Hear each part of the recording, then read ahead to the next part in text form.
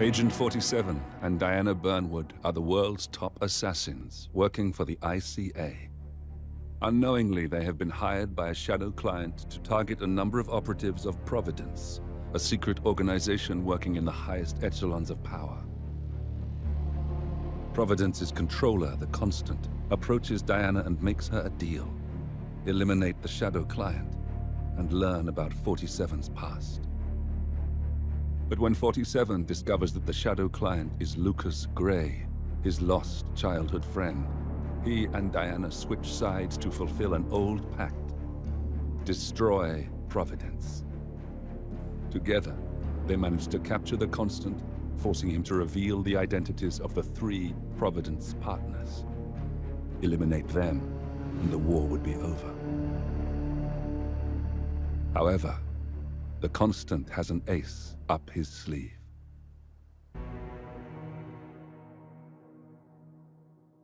Look closer. In the shadows. Behind the everyday world. Beyond the headlines and the seats of power. A hidden hand.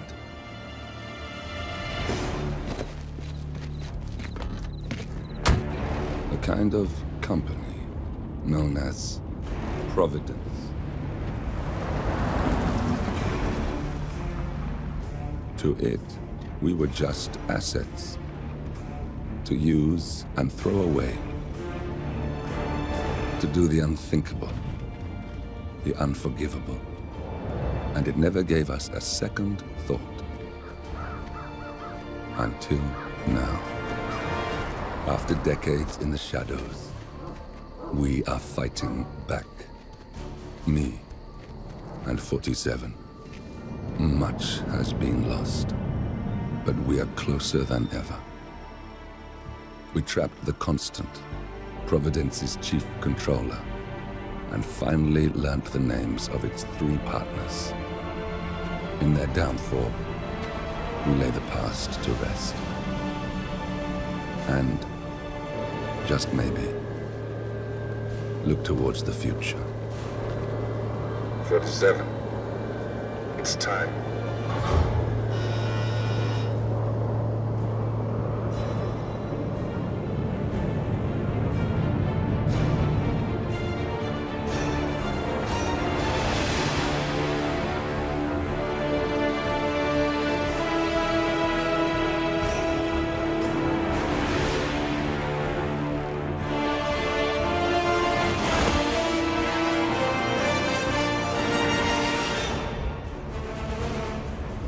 Partners are down there.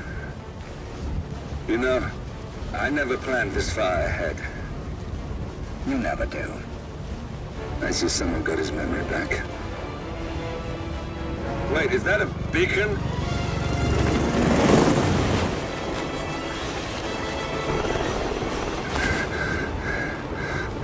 What the hell? Base. Alexa Carlisle's helicopter just took off. Confirm target locations, over. Diana, what's the status? Right. We have a situation. Carlisle has left the building. And I think I know why. The Constant has escaped. He persuaded one of the sailors into setting him free. And since then, he's been seizing control of Providence assets and resources. I can only assume Carlisle is rushing to contain the damage. If she slips away again... We'll keep track of her. Make sure she doesn't. Meanwhile, the plan stays the same. Your destination is the Scepter, the world's tallest building where the partners are laying low, courtesy of their host, Sheikh Omar Al-Ghazali. Marcus Stuyvesant is 5th-generation old money. His family made its fortune in real estate and banking, and were at one point the chief landowners in New York. Carl Ingram is a powerful Washington kingmaker whose family grew rich selling gunpowder during the American Civil War, and later established a globe-spanning empire in oil, coal, and steel. Both families long since retreated from public view, but their quiet dominance endures to this day. Now, the partners likely suspect that we're coming, so Mr. Gray will infiltrate building controls and disable all electronic doors and elevators. Stuyvesant and Ingram are about to find they have nowhere left to run. Right. This is our moment, 47. Providence ruined our lives with the flick of a pen. Today, we return the favor. Happy hunting.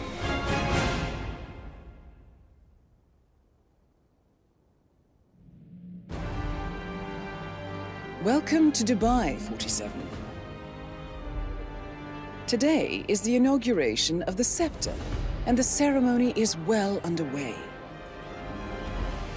You will find Marcus Stuyvesant near the building's signature art installation. While a paranoid Carl Ingram has ensconced himself in his penthouse suite, security on highest alert. Mr. Gray is already in position and ready to assist. Good luck, 47. 47. Come in. 47, do you copy? I'm here. Are you in position? I'm heading towards the point of entry. Good. Get back to me when you're there.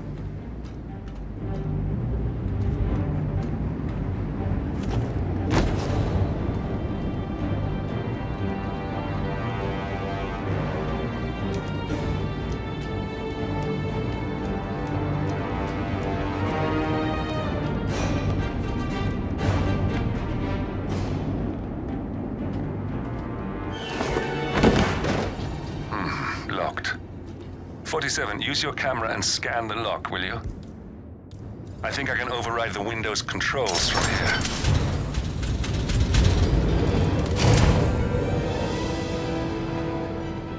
I'm in position. 47, the inauguration is taking place close by. Once you've infiltrated it, get your bearings. I'm sure there must be floor plans somewhere. Understood. We need absolute focus on this one. If Ingram and Stuyvesant are alerted to our presence, we may lose them for good. We are so close, 47. Don't worry. They're not going anywhere.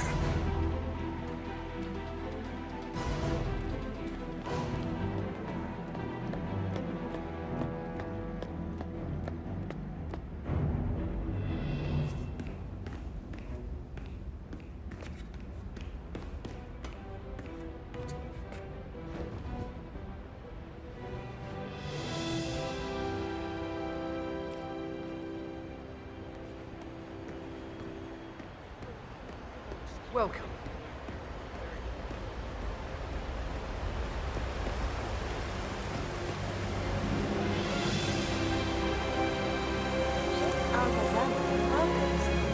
Welcome. Hello. Good to see you.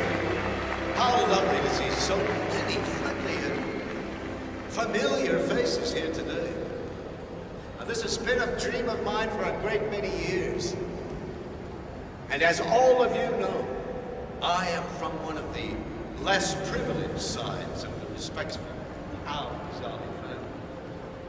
But with a small loan from my father, I soon built up a construction empire that was worthy of the great Al-Ghazali legacy. So, I would like to thank my cousin... Listen, I want to talk to the partners directly. Make them understand why all of this is happening. And that terminal gives me an idea. There's a server room near the Sheikh's personal reception. If you can gain access to it, we might be able to recover useful intel from it. We'll have to work together to hack the system, but it's our best shot.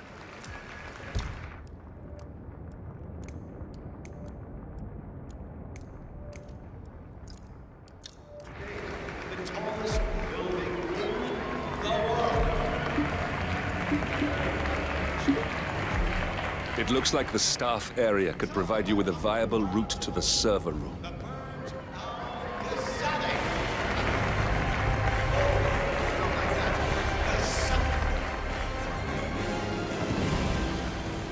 Now please, be my guests and celebrate.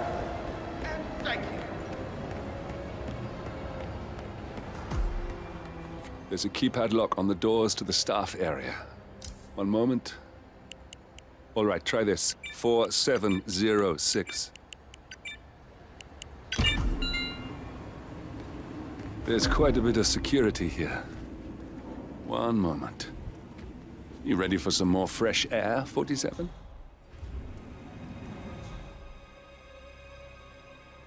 I cannot believe James called in sick today. Of all days.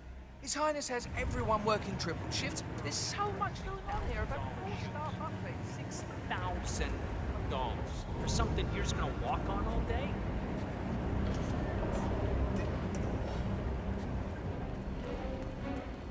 Laughed a girl last week, and everyone. I think I can open that window remotely. Scan the lock with your camera and I'll have a try. Drawing blood.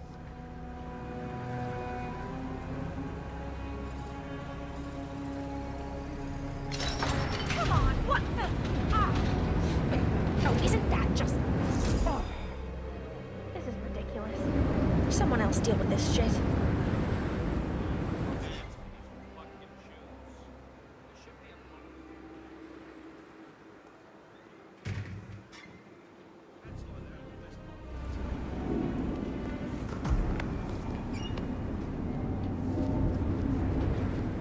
Sheikh Al-Ghazali is reaching out to his worldwide network of lawyers and financial contacts, attempting to restore the lost power base of the Providence partners. If Ingram and Stuyvesant were asked to a meeting, thinking they'll be told of new developments, I suspect they'd jump at the chance. There's a lounge area at the top of the building. It can be sealed off for private conversations. If we lure the targets there, they'll be trapped.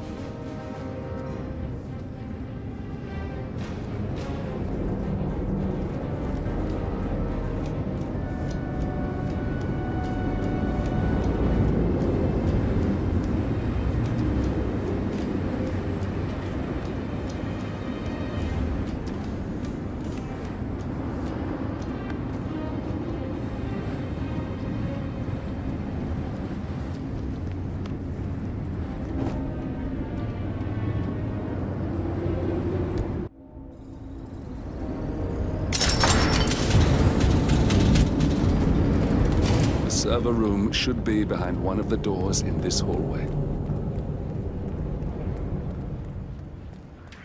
Jeez.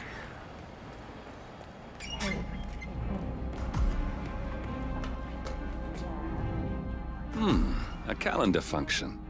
We can use this to summon the partners to a fake meeting, 47. All right, I'm no hacker like Olivia, but I think you need to pull one of the racks here to gain access to the terminal. Damn it. A silent alarm has been tripped. Security is on its way. Hide, 47.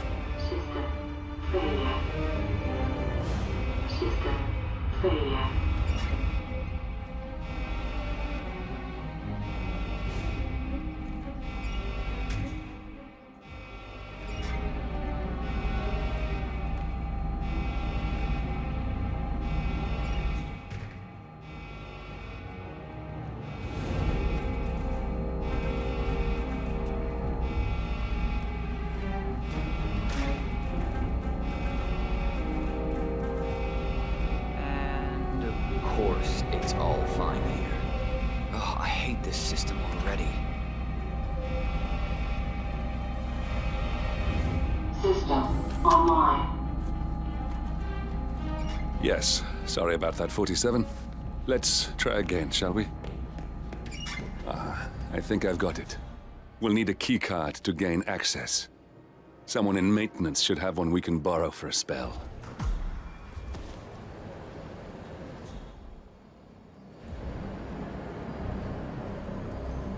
Ooh.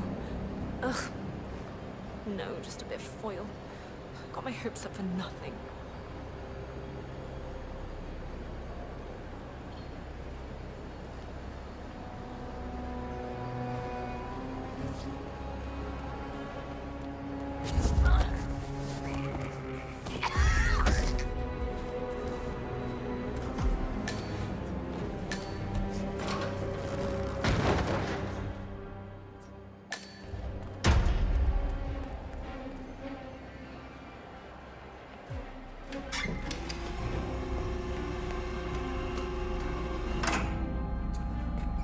Well, that must have done something. Can you see anything different in the room?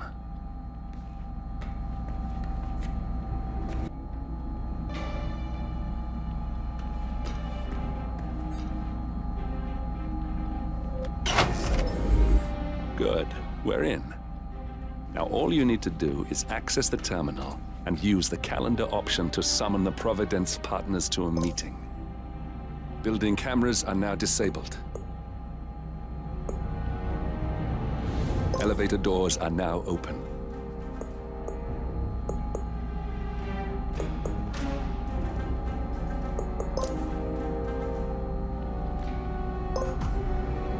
Good work. The meeting has been booked. The partners should be moving up here shortly. Huh. Looks like the lounge can be sealed off for private conversations. Handy. Excellent. I see the partners moving.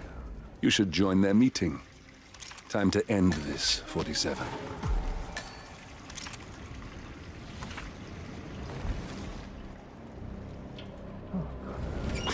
Yeah, that's what I'm gonna do. That's what I'm gonna do.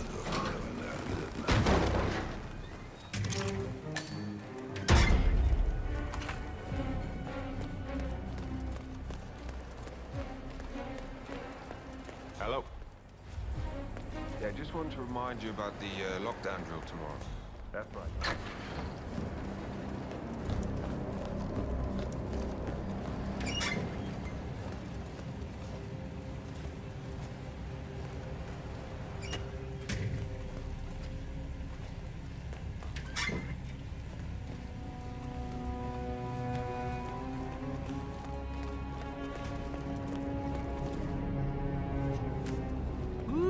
Someone's all kitted up.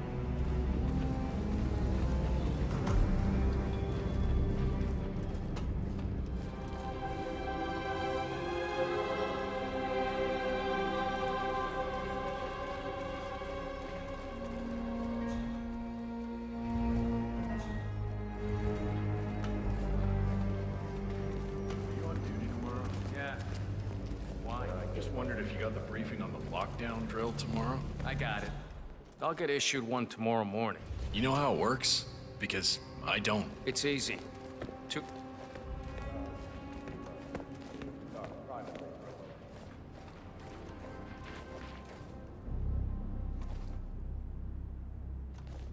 The partners are alone now. I'll activate the panel controlling the room's security features. When you're ready, use it to start the show. Now we'll just wait for the partners to be alone. Leave us. Then you can activate the room's lockdown feature.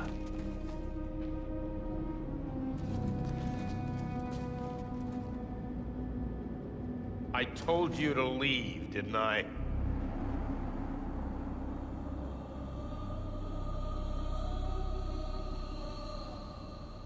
Please vacate the room. This is a private conversation.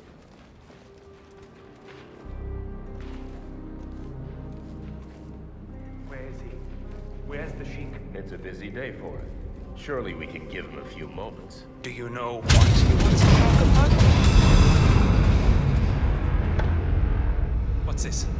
Carl? Did you do that? I certainly did not. I have no idea. We need to get out. Where's the security panel?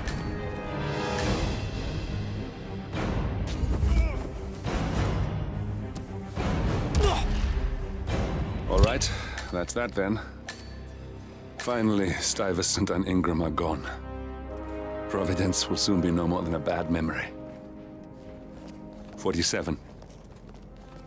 Thank you.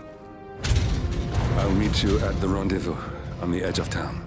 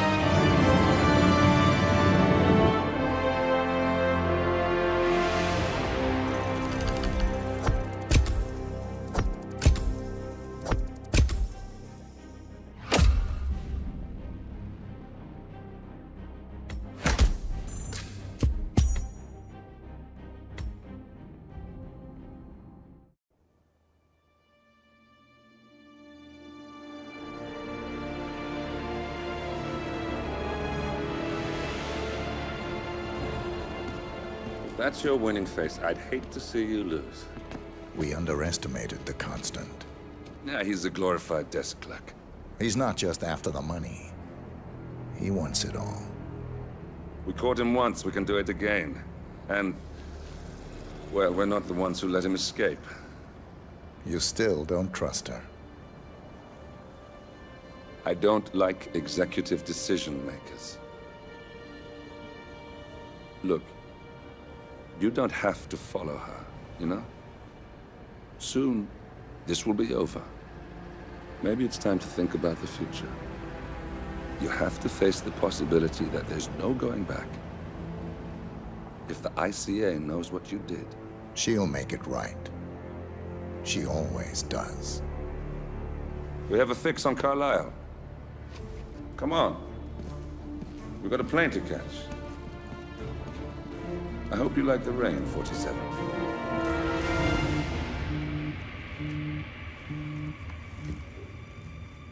Miss Burnwood. How did you... I have everyone's number. You really ought to know by now. You planned this? All of it? Don't be silly. I just played the hand I was dealt. We'll find you. You had me. Where'd that get you? We handed you an empire. It's for the best. The partners were complacent, set in their ways. But power is more than just security. Providence can be an agent of change. Surely you understand. Or you will. Soon enough.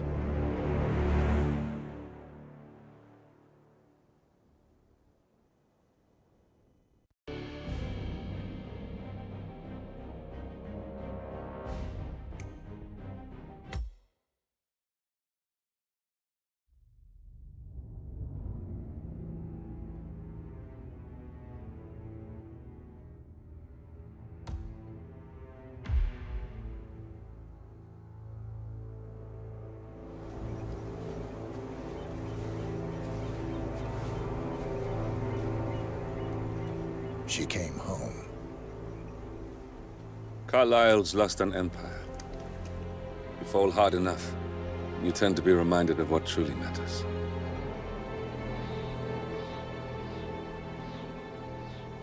So, the end of the line. You ready for this? Are you? Who will you be, without a score to settle? I guess the world's most wanted fugitive will have to do.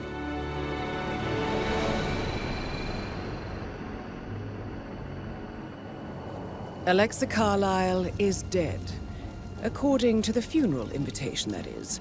So naturally, it caused quite a stir when the late matriarch turned up at the breakfast table, alive and kicking. Carlisle, wisely sensing that her number is up, has emerged from exile to tie up loose ends and secure the Carlisle legacy. She may be a monster, but you have to admire her due diligence. Carlisle descends from an ancient line of warrior aristocrats. Her great-grandfather made a killing in the Second Opium War and established an empire in shipping, railroads, and newspaper publishing. While largely unknown to the public, the family still asserts its quiet dominance over global transport and logistics, media, and technology. Most senior of the partners, Alexa Carlisle, is cold as ice, tough as nails, and sharp as a razor. Incidentally, it was her late father who first brought the three families together after the end of World War II at this very house, meaning that this gentleman is the birthplace of Providence. It began here, and it ends here. Talk about poetic. One more thing. According to our intel, Carlisle keeps a case file on the Constant. Information that may be helpful in his recapture, so don't leave the estate without it. Right. Happy hunting, 47. See you on the other side.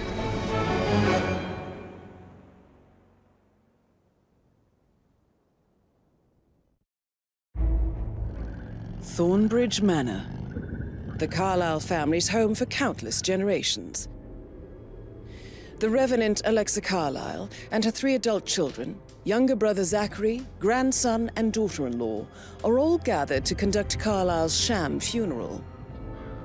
Curiously, Carlyle summoned a famous London PI soon after arriving this morning, but his purpose at Thornbridge is yet unclear. Now, the target knows that you're coming, and her guard detail is top-notch. So Mr. Gray will secure their nearby field HQ and intercept all calls going in and out of the estate. Any appeal for backup is going to fall on very deaf ears. Good luck, gentlemen.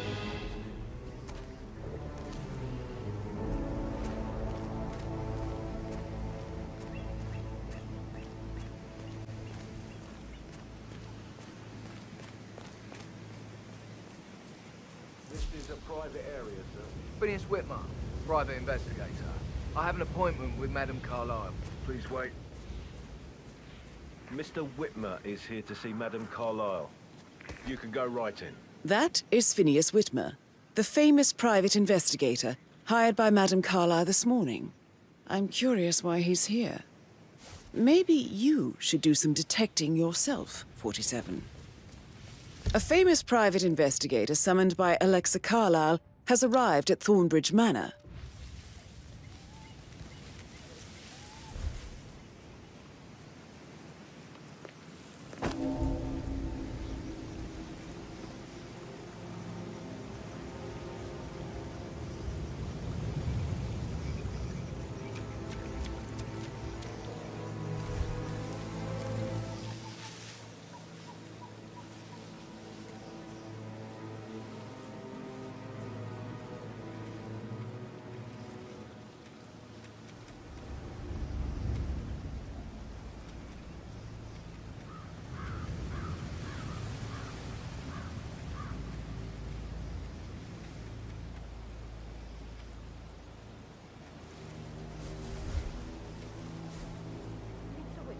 God you're here.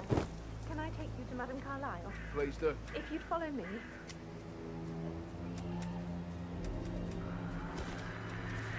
What?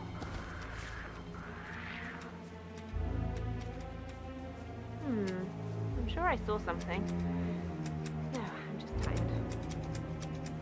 I know I oughtn't say anything, but I'm so relieved you're here. Everything's just so strange.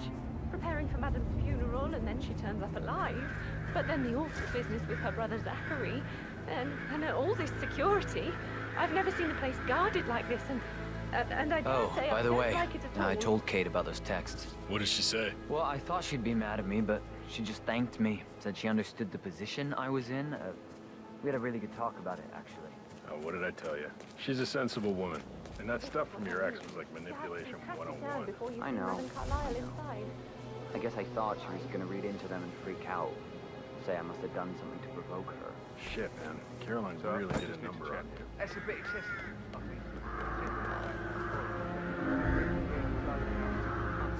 You know what we're doing, sir. Don't worry about that.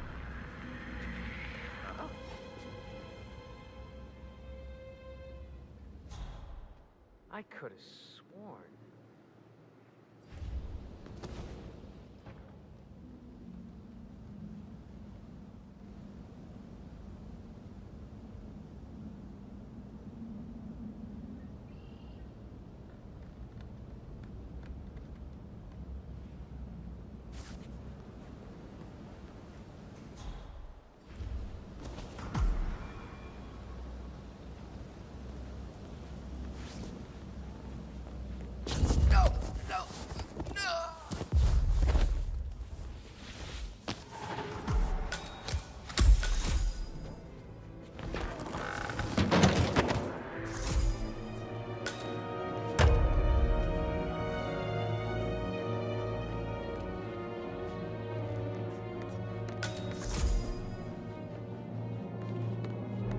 Mr. Whitmer, thank you for coming on such short notice.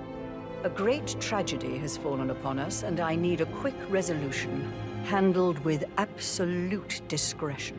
Results and discretion are my speciality. Very well. I suppose you will want to start at the crime scene. In my experience, a thorough examination of a potential crime scene is half the job done. Good. Fernsby will take over from here. I am Mr. Fernsby of Butler. Madame Carlyle has asked me to assist you in any way possible. Mr. Whitmer, I understand that you've traveled from London. Would you care for some refreshments? Or do you prefer to go straight to Mr. Zachary's sleeping quarters?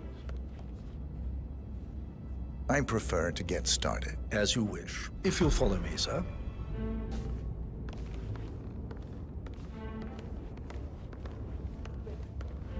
I feel obliged to point out that current affairs surrounding Madame Carlyle are of a delicate nature. You may be familiar with the recent announcement of her death. You will probably learn that a staged funeral is scheduled to take place tomorrow. Madame's children were not informed until this morning that their mother was in fact not dead at all. So please bear with them. Looking good if they today, seem sir. affected by the rather unusual situation. I trust I do not need to remind you that there will be consequences if word gets out that Madame Carlyle is still alive. I'll consider her dead when I leave. Before you inspect the crime scene, I will tell you this. The case concerns the death of Mr. Zachary, Madame Carlyle's younger brother. He was found dead in his bed this morning. The door was locked from the inside, and a suicide letter was found in his room. However, Madame Carlyle suspects foul play and will not accept that he took his own life. I've prepared some information for you, so please do come and see me when you've finished your investigation of the crime scene. This is Mr. Zachary's room, to my right. A locked room murder mystery, 47. I trust you'll get to the bottom of this. Why don't you use your camera to scan the dead body, 47?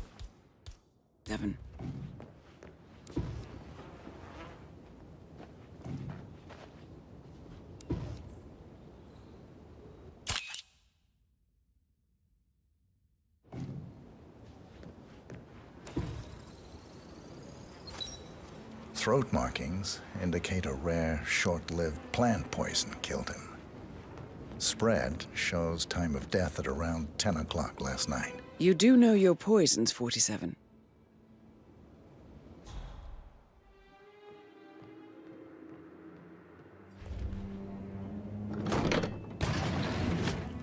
A hidden door. It's a secret passage. This could explain how the door was locked from the inside. A photocopy of the floor plans.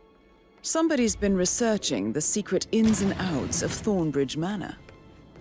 I'm sure there's more to find in Zachary's room.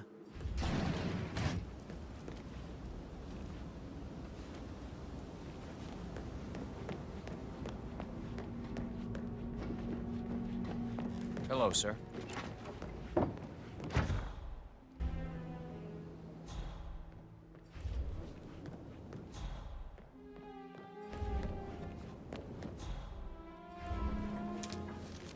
Zachary's suicide note. Also, a sample of handwriting. It could be relevant to compare to other samples to establish its authenticity. I believe you've done a thorough search of the crime scene, 47. Maybe it's time to see the butler. I'm curious about the information he's prepared for you. Zachary was shopping for new Wellingtons last night. Not exactly what you would expect from someone suicidal.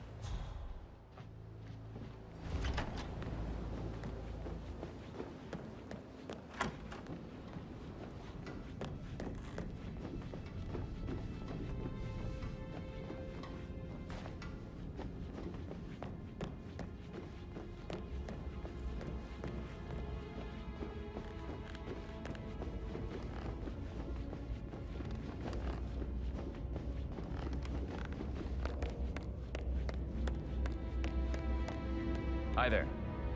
Mr. Fernsby, I'm done with the crime scene. Did you establish a time of death? Zachary died around 10 o'clock last night. Well, that means the staff were off duty. And Madame Carlyle and her security didn't arrive until this morning. That leaves Madame's family and myself as the only persons here when he died. And before you ask, no, I do not have an alibi. I was alone in my office at the time of death. Here's the material that I prepared for you. It's a list of the possible suspects and their quarters. Hopefully that will help you keep track of your findings. Please come and see me when you've solved the case, and I will take you to Madame Carlyle. This is very useful information, 47.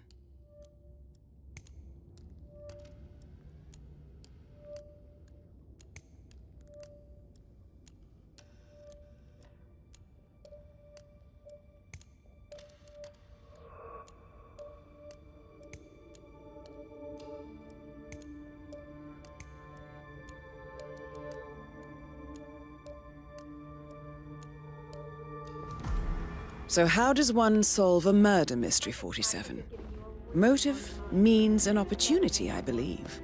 May I suggest you ask the suspects for alibis? Or perhaps you prefer searching the manor for clues first? Make sure you focus on your work. I will. I don't need one more maid crying. Patrick Carlisle. So watch yourself. Can you tell me where you were yesterday evening? Shit, it's that sneaky butler, isn't it? He ratted me out. Elaine, give us some privacy, would you? Don't tell Mother, okay? She's really tense these days, and the last thing I need is more hassle. I took that pretty blonde, Rosie, for an evening stroll. I mean, how the fuck am I expected to cope for an entire weekend in this shithole? I'm bored out of my mind. So, is that it? What did you think of Zachary? Creepy as hell. No ambition. Imagine deciding to live in a museum. You know, Father says Zachary and Alexa used to be two of a kind. He had a great future ahead of him. Then suddenly, he just gave up everything. What an idiot. Thank God Daddy chose looks and brains over pedigree when he married Mummy. I don't have to worry about the inbreeding so customary in these circles. If that's all, I think I'll get back to my slow death by boredom. Did you see anything suspicious last night? No. I reckon Zachary topped himself. I know I would have.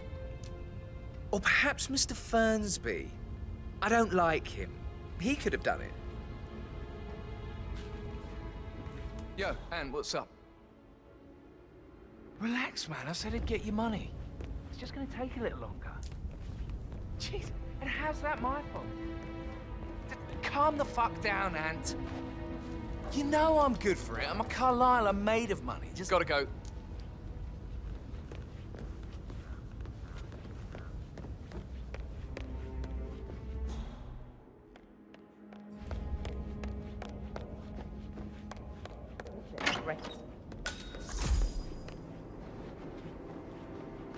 Gregory Carlisle, can you tell me where you were yesterday evening? Oh, you're wondering about my alibi, Mr. Detective. Well, I left Thornbridge around 8:30 for a pint with Edward. I wish I hadn't. Quiz night at the inn. On the other hand, staying here with Zachary, my obnoxious sister, and the wife sporting another one of her headaches would have been a fate worse than death. The short of it, Zachary was very much alive when we left.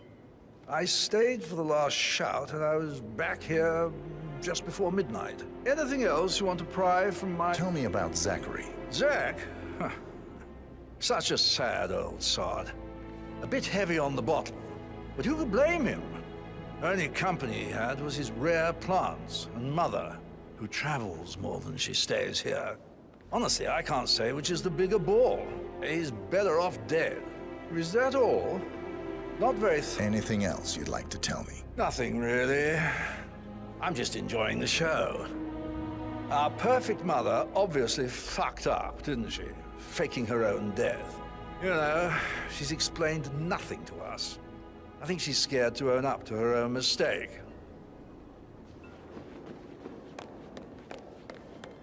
Emma Carlisle, can you tell me where you were yesterday evening? Surely I'm not a suspect. I need to account for everyone. Well, I spent the evening with my family, but I got an awful migraine and had to take to bed. Everyone can attest to that. I believe I went up when the boys sat down for a drink around 8 o'clock. Anything else you want to know? How did you feel about Zachary? I might as well be honest. His presence was always awkward. How do you have a meaningful conversation with a man who only cares about plants? In my opinion, Alexa bears some responsibility for how this ended. She supported his self-limiting behavior by letting him live here. Is that all? Have you noticed anything else out of the ordinary? Nothing special comes to mind. Except, perhaps, I did get a feeling that Zachary was depressed, not just sad. I suppose he realized that he had no one with Alexa gone. Even Alexa must feel the pangs of guilt over that one, letting him believe she was dead. Then again, guilt isn't her strong suit.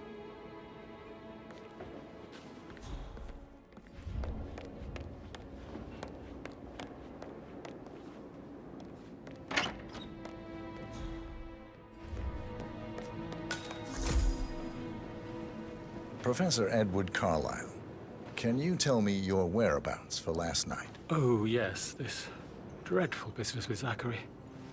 I stay at the local inn. You see, I prefer not to spend the night here at Thornbridge Manor. My brother Gregory came along for a nightcap. He'll never admit it, but I think he understands that I find this whole thing upsetting and wanted to provide some comfort. I believe we went to the Stag's Head around 8:30.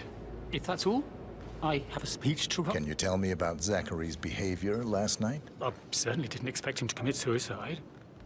Sure, he was upset by Mother's supposed death. We were. But he seemed more engaged than usual. You should ask Rebecca. They had a long talk. Did you know that he hadn't left Thornbridge Manor in nearly 50 years? His plants, Mother, and the staff, all the company he had. Anything else I can do? Did you notice anything else out of the ordinary? You mean apart from the fact that we came here to bury our mother and she shows up alive and kicking? Zachary found dead in his bed this morning? Or perhaps that the planned funeral is still taking place and I have to do the eulogy? And Mother will surely have a strong opinion on it afterwards. I can't breathe. Excuse me.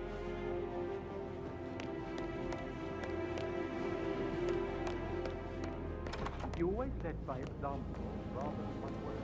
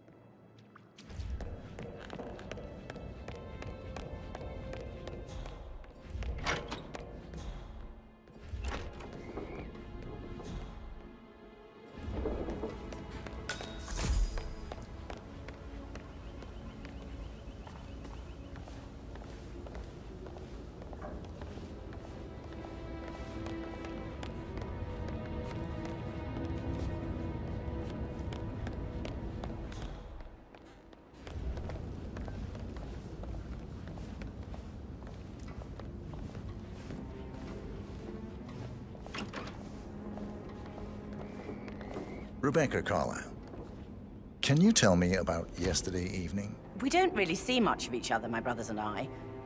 I suppose it takes our mother's funeral to bring us together, and even then, it's not like we sit on each other's laps. Now, let's see. Patrick, Gregory's son, disappeared straight after dinner. You know, I think he might be in some sort of trouble. Edward wanted to go as well, but Gregory convinced him to stay for a few drinks before they went off for a pint at the local at 9:15.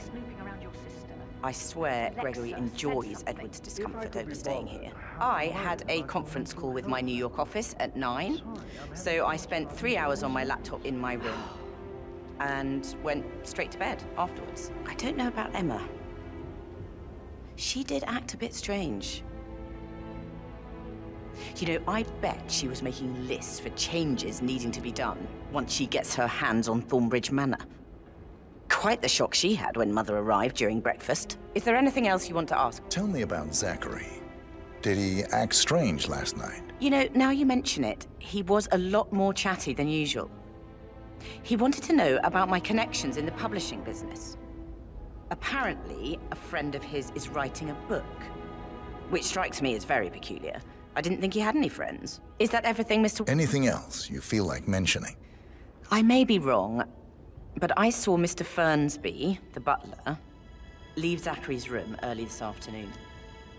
And he seemed a bit startled when he saw me in the hallway. It's probably nothing. Oh, and one more thing. Please be kind to Edward.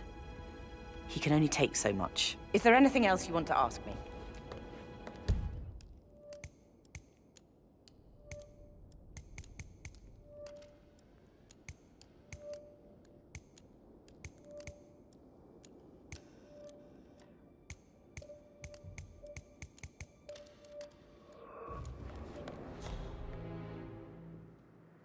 Hey, how you doing?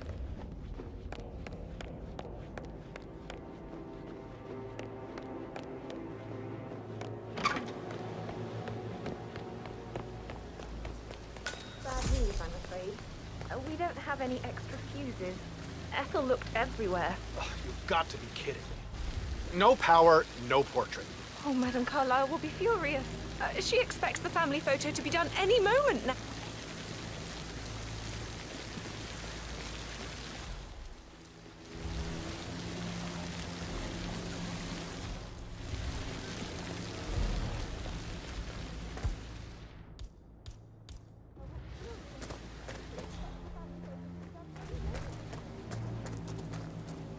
I don't believe for a second that Zachary committed suicide. We'd only just run through his plan for the spring seedlings yesterday. Sir. His sister was dead. I'd say worried about how things will be handled.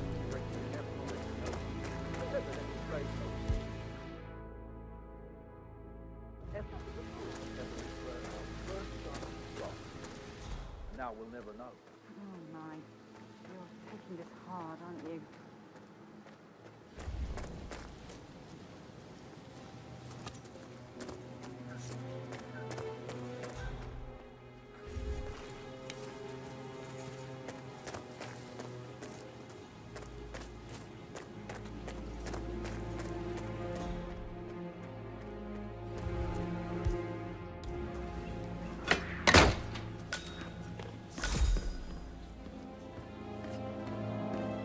Broken lab equipment.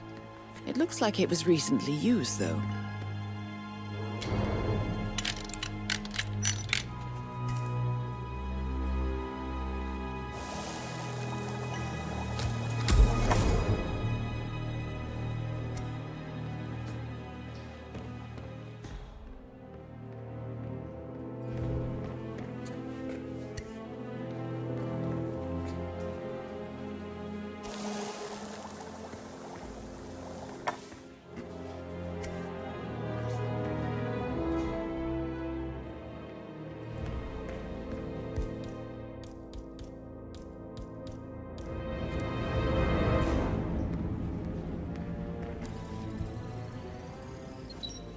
This is a table showing lethal dosages for the poison used to kill Zachary. Something is circled 47.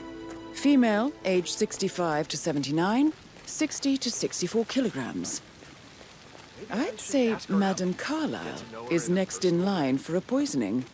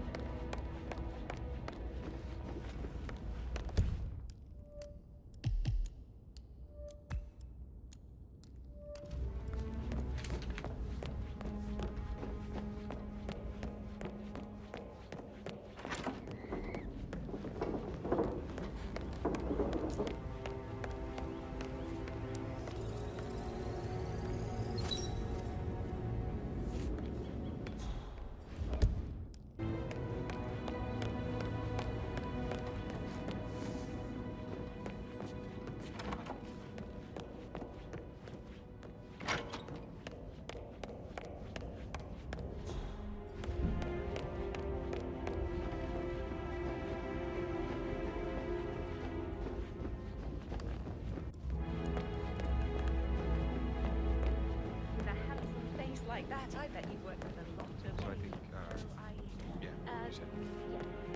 That door leads to Emma and Gregory's room.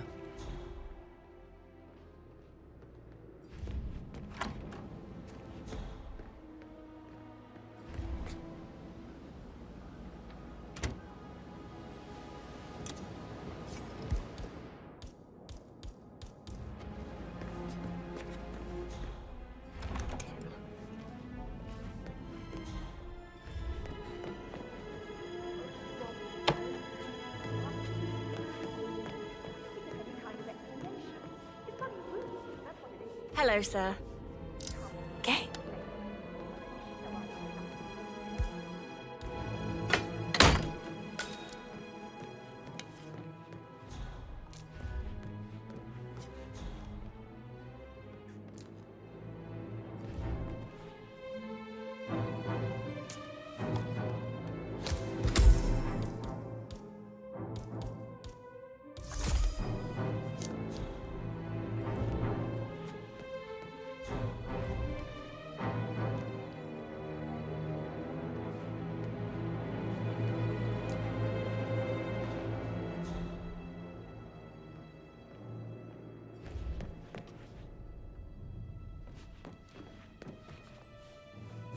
Now this is interesting, 47. A letter from Emma's mother stating that Emma is the illegitimate child of Alexa's late older brother, Montgomery. And listen to this. She claims to have witnessed Alexa and Zachary murder him. The plot thickens. A keychain pendant for the greenhouse. What's that doing in Emma and Gregory's room, I wonder? And why is the key missing?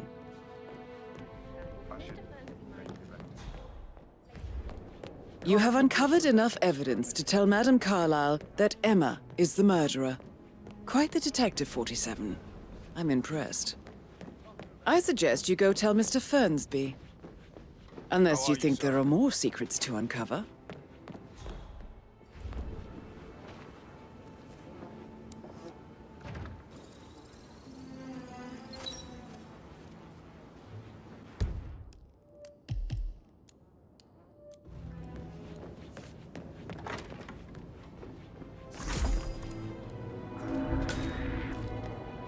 Jeez.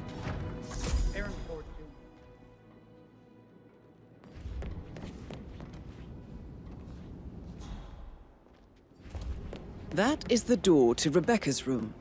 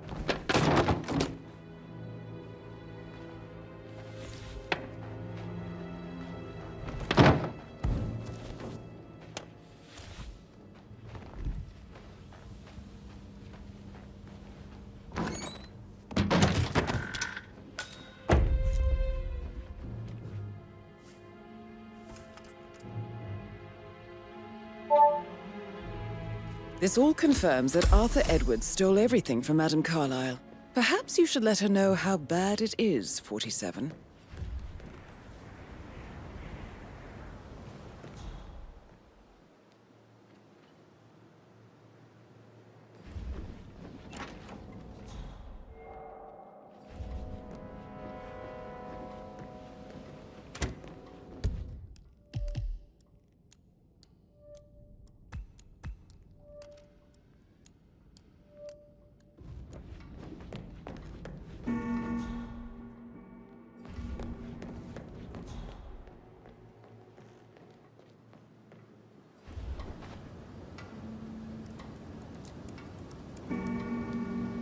I can see from the log that Rebecca was in a conference call from 9 p.m. to midnight last night.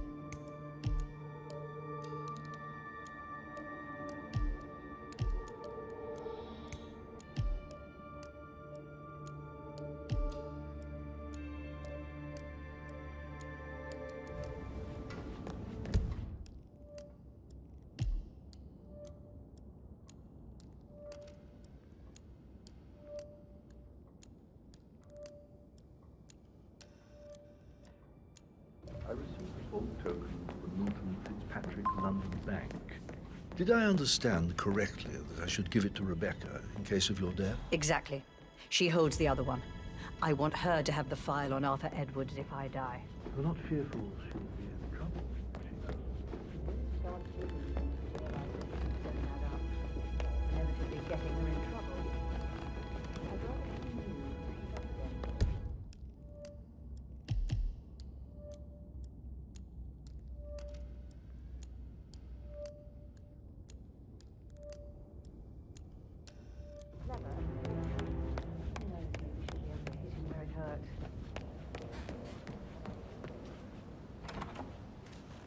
That is the door to Mr. Fernsby's office.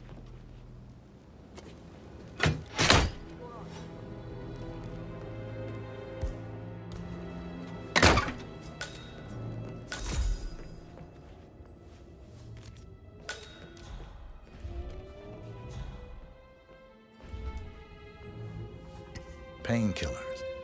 Lethal if you use enough of them. But not the poison used to kill Zachary. Of course, Madame Carlyle doesn't know that. Are you considering to frame the butler, 47? Zachary's diary. This is big. He was about to confess to the world that he and Alexa murdered their older brother Montgomery 46 years ago. And apparently, Mr. Fernsby helped make the murder look like an accident. And 47, the handwriting doesn't match the suicide letter in his room, proving he didn't write it himself. But he was such a gentleman. He gave me his coat and all. Rosie, you need to forget about Patrick. No good's gonna come of it. Stick to your own kind. You mean like Chris? He treated me like shit. All he wanted to do was play his stupid video games, never any romance. I deserve romance.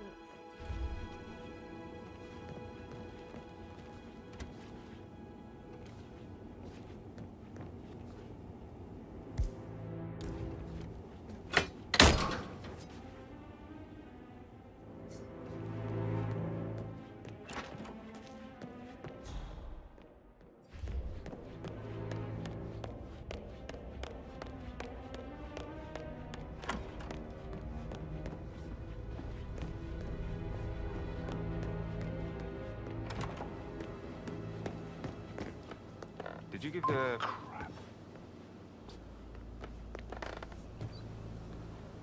Did you give the Fitzpatrick token to Madame Carlyle's daughter? Rebecca? Yes. She's insistent, that one. She kept asking all kinds of questions.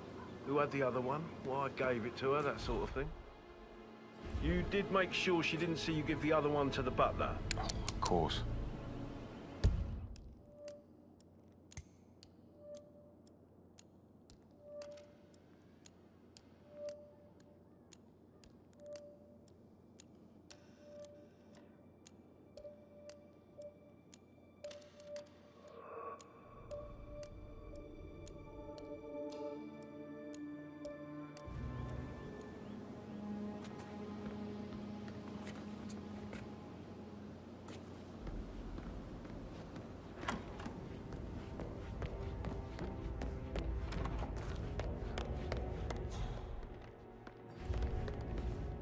I'm ready to present my conclusion to Madame Carlyle. Very well. If you'll follow me, sir.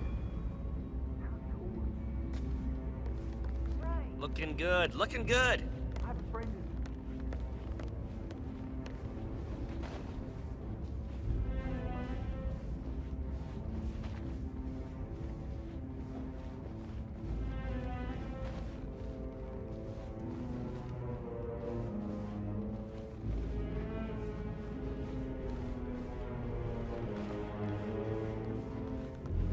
Sup?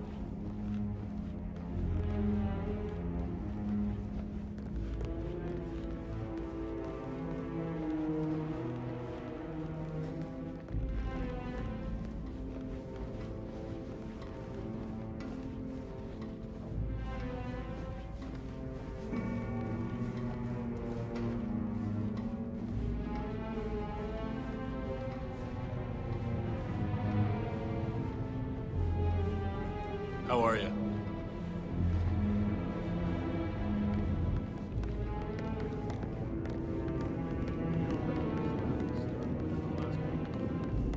Not that I know of, no. Can't be too careful. Part of the job. This is Madame Carlyle's office. Please step inside.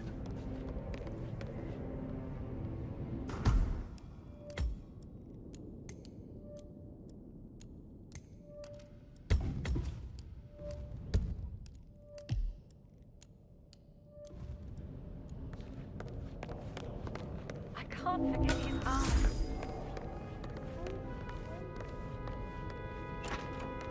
Your detective skills have gained you access to the Lion's Den, 47. Now, go claim your reward. So, Mr. Whitmer, you've reached a conclusion. Take a seat. Please, go ahead.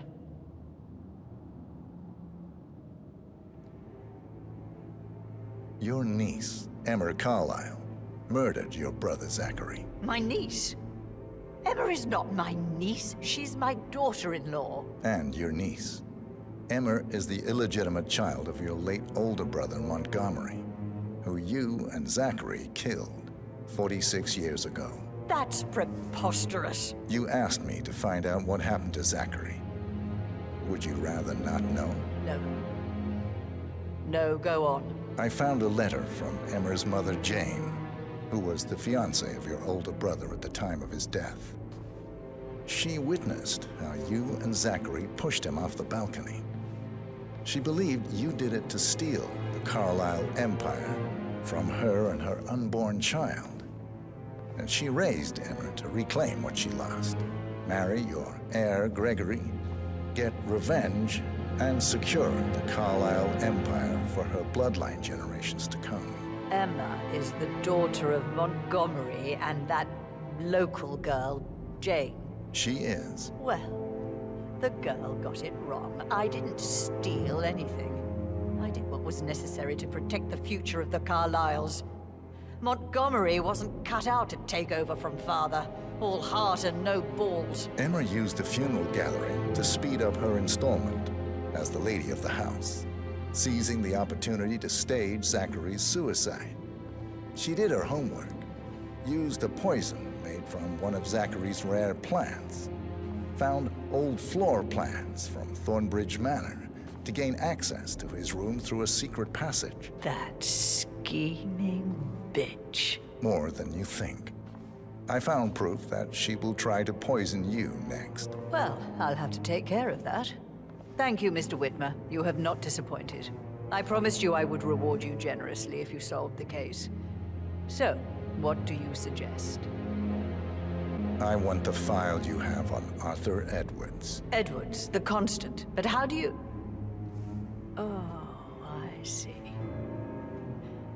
I expected you might show up. But to kill me, not help me. But I've been wrong on so many things lately, so why not this one? I will give you the file on Edwards. You've earned it. I don't suppose I could convince you to deal with my daughter-in-law now you're here. I would like to see her dead. No? What a shame. I'll have to see to it some other way then.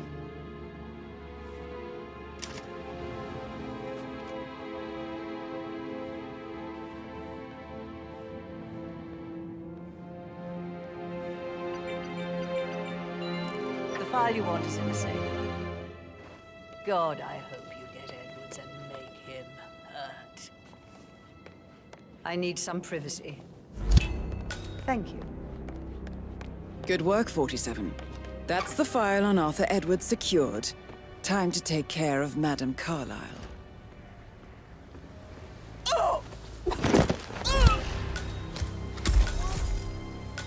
Mission complete. Well done, 47.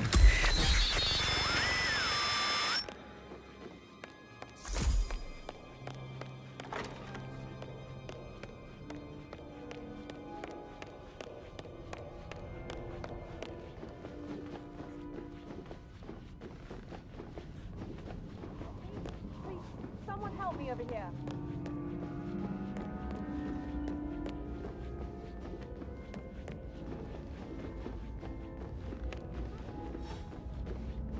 Bad things going on.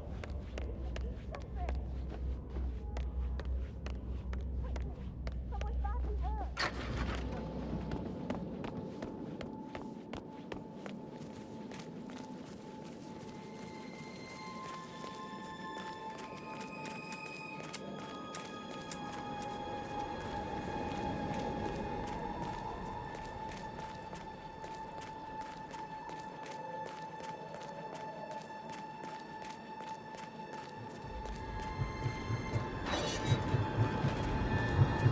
47. They're everywhere. Go, get out! It's the Constantine. Shit!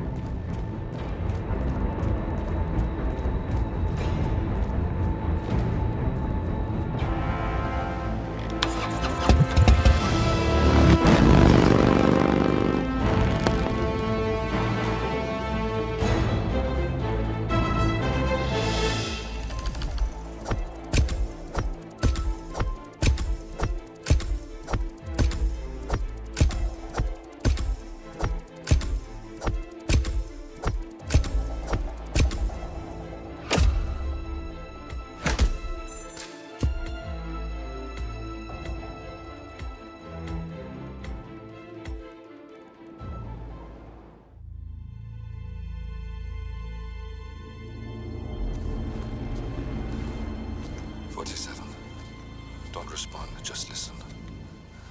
Diana can't help you now. You need to find Olivia. She will know what to do. I wish there had been more time.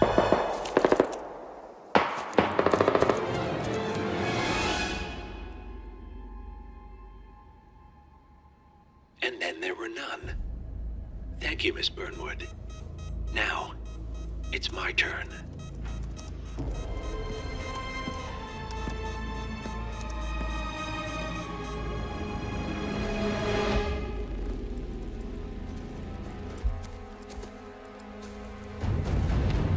Stay down. Boss wants you alive. Yeah? How about now? Over here! Cover me!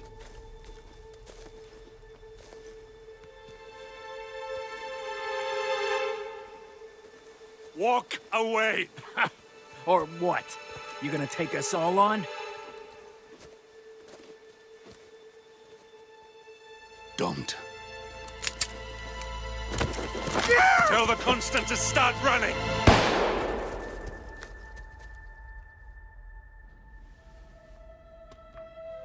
You think you've won? 47 is out there. And 47 never misses his mark. Neither do you, Miss Burnwood. That's what makes you valuable. You're delusional. You think I would betray 47? Trust me, you owe him nothing. What is this? I told you we could help each other, and I meant it. I'll look forward to your call.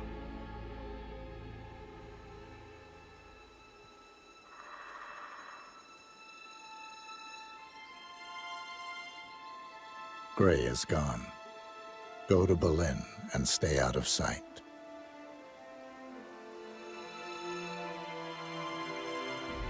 We're all that's left now.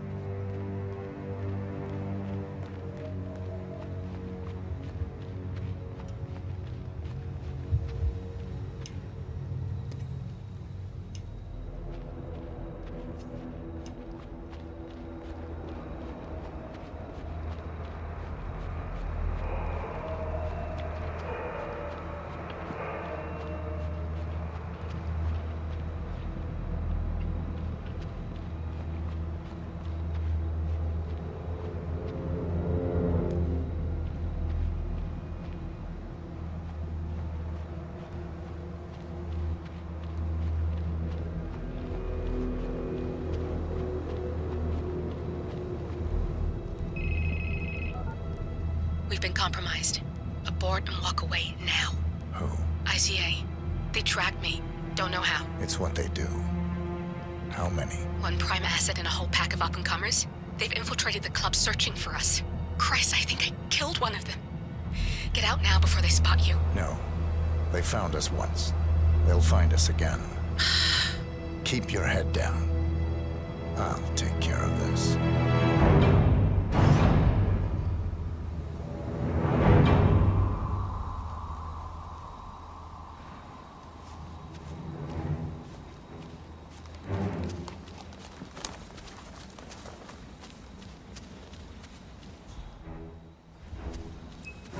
It's me. You copy? Ah, come on. I can hear you. Reception is so bad. No, I haven't seen so much as an owl out here yet. It's a lot. Agent Price. No, I wasn't trying to sound overconfident. It's dead out here, Zhao. I don't think I could miss him if I tried. Yeah, I'll let you know. Unless the reception still sucks. Shit. Lost her.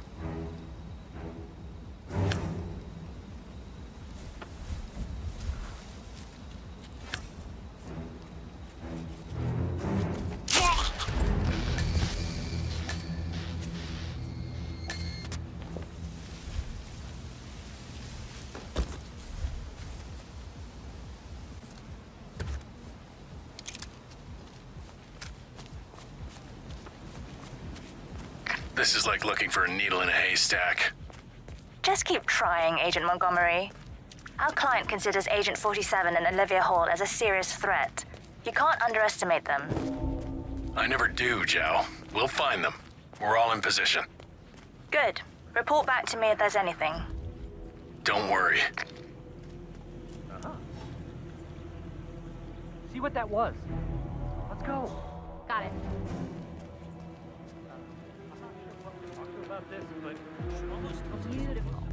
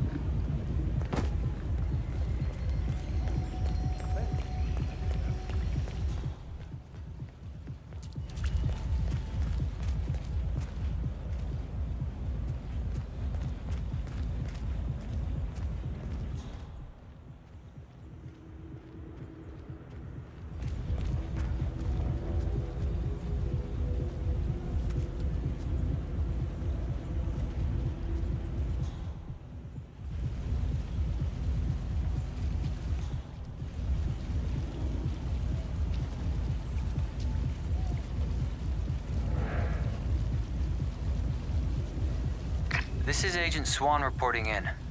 We've got no sign of 47 yet, but I'll let you know if something catches my eye. Be careful, or you may not spot him until it's too late. Agent Swan.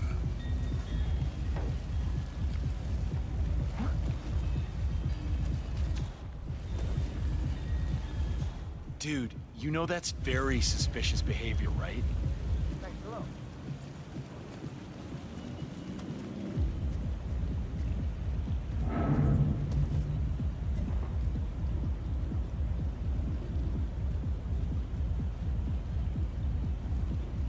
Excuse me? I'm a professional. No need to worry. I got this. okay, I hear you. Anyone there? Answer. Hey.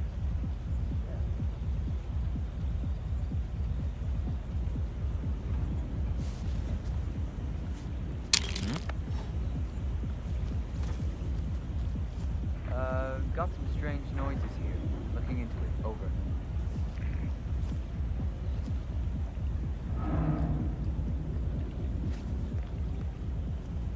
Hey! Come out if anyone's there.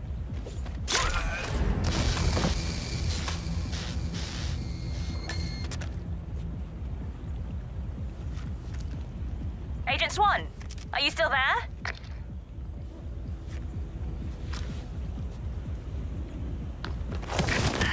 That's 2. Don't make this personal or you'll get sloppy. And clearly, he's not making that mistake.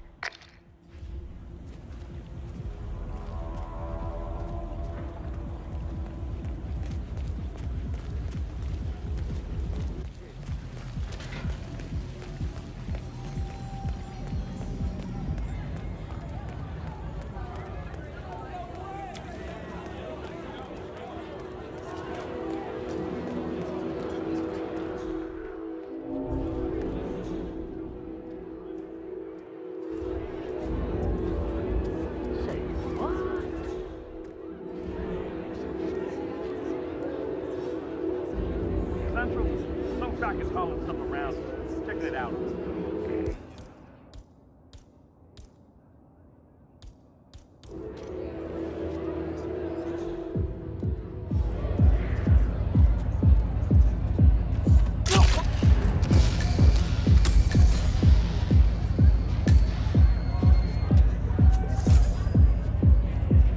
Davenport, come in.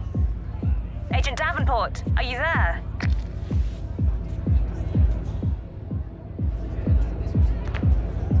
We've lost a third. We're paying for our mistakes with blood. Stop wasting time and end this.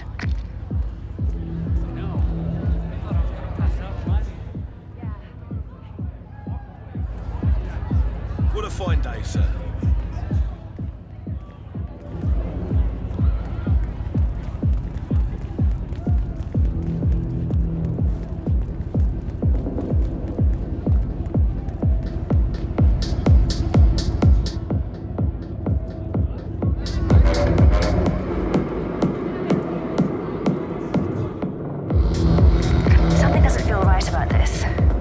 But he's not psychic.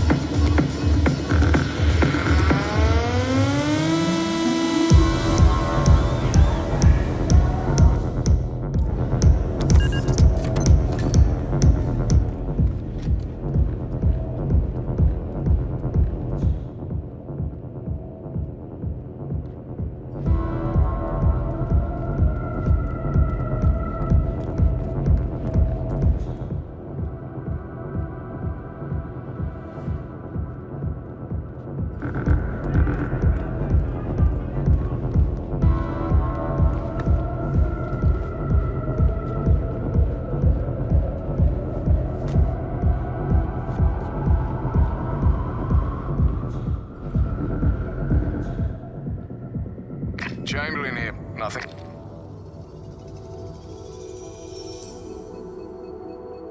Agent Chamberlain.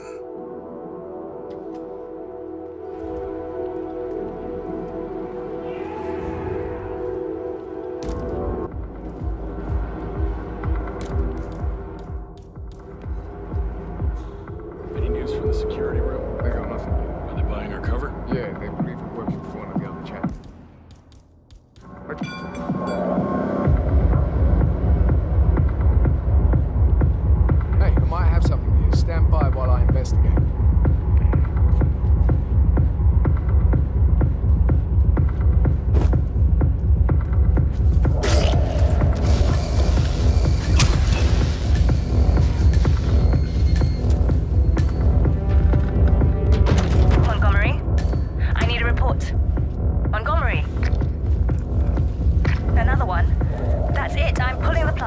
Get out of there, now.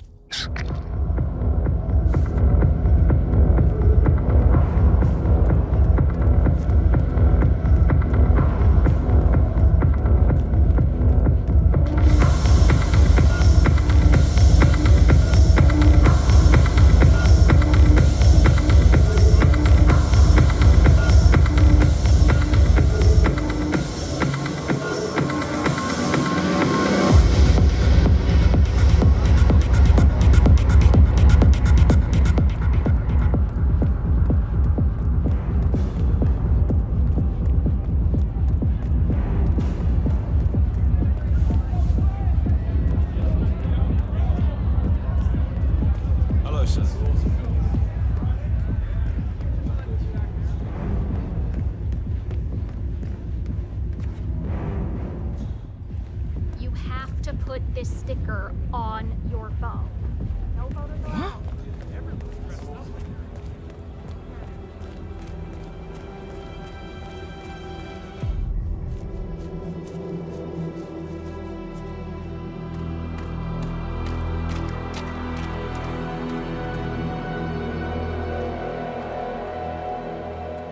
We're clear. You killed all of them? They got my message.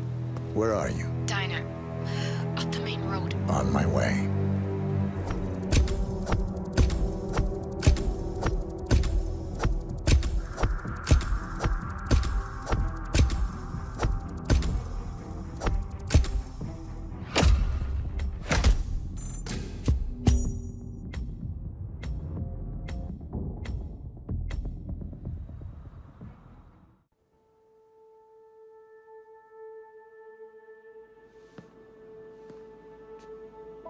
You're hurt. You should see the other guy. Never killed nobody before. What you did back there. You really are all Gray said you'd be. 47. He didn't suffer, did he? He made it count.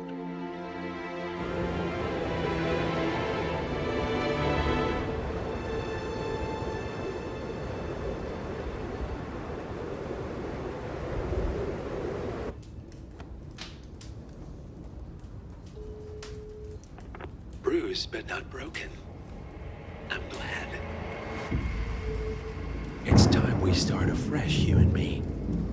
Get to the point. You and your friends pulled off the impossible. You stormed the heavens, took down the untouchables, And yet, here we are. Status quo.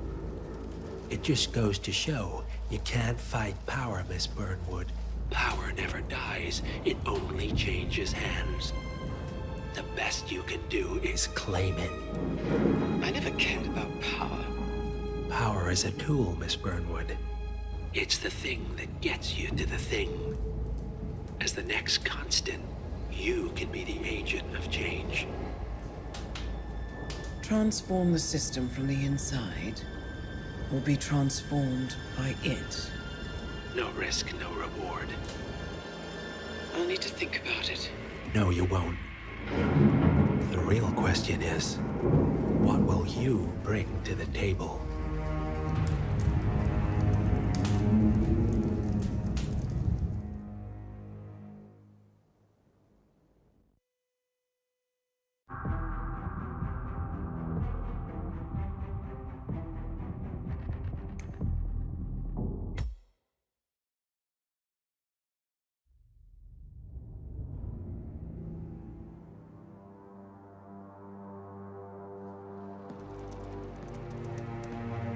Look closer.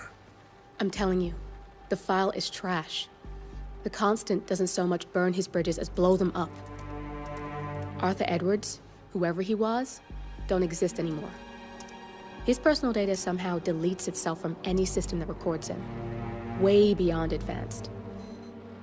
The partners spared no expense to make sure their controller would be untraceable. How untraceable? Look, I did what you asked, but Gray's gone and I'm no Diana. I'm not who you need right now. You gotta be kidding me.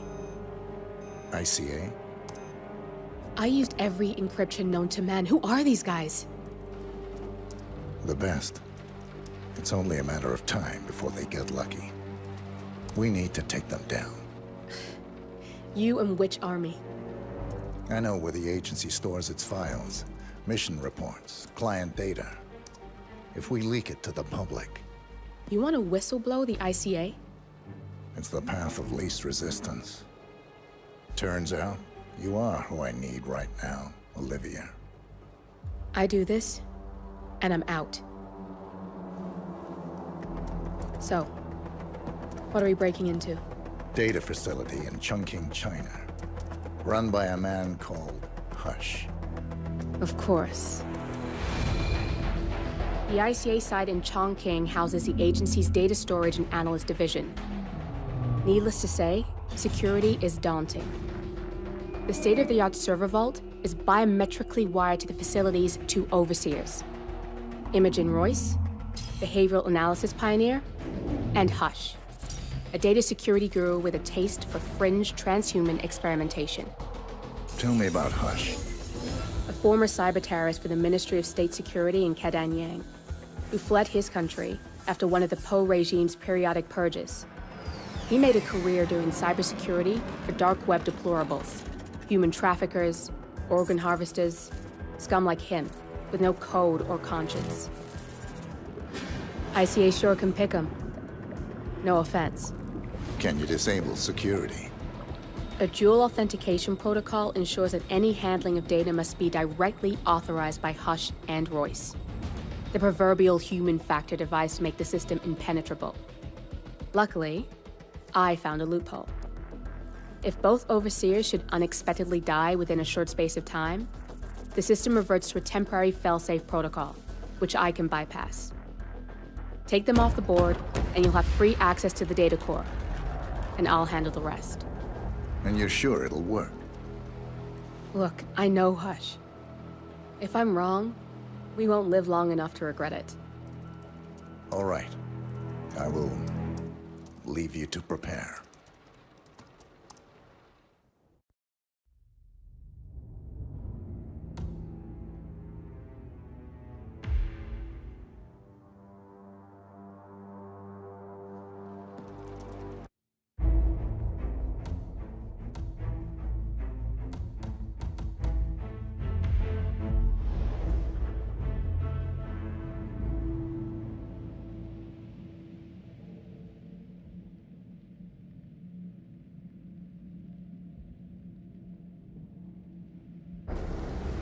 Chongqing, China.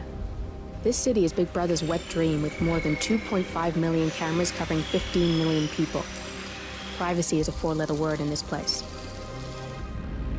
It's pretty ironic that a cloak and dagger organization like the ICA keeps its most valuable secrets here. You'll find Hush conducting his fringe experiments in an abandoned apartment building, while Imogen Royce, the archivist, runs the day-to-day business of the ICA data facility. I just hope you know what you're doing, 47.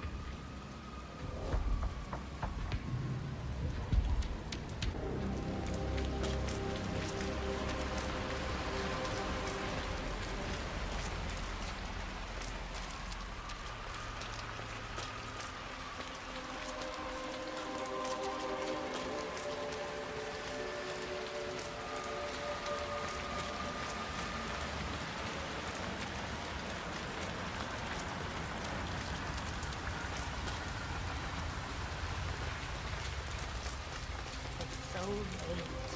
You shouldn't be out here with a bad influence.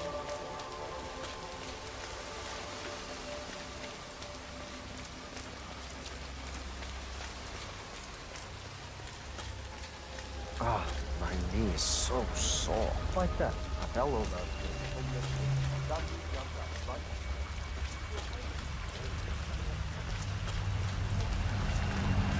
I'm gonna be late. Get the hell out of here. I got this picture, and it says I can make a lot of money to be in some experiment. They don't want people like us for that sort of thing. No, they only want people like us. The flyer says so. That means it's too dangerous for rich people. Don't do it. Oh, I'm going. This is my chance. I just need to find out where it is. The flyer has a symbol I need to find on the building.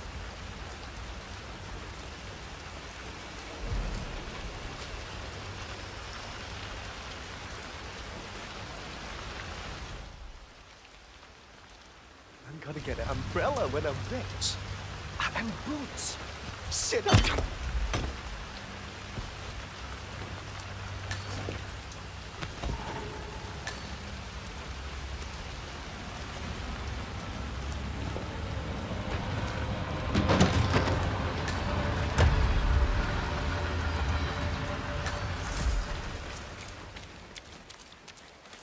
Flyer they started handing out to the homeless really got them flowing in. Yeah, but it creeps me out how they're different when they...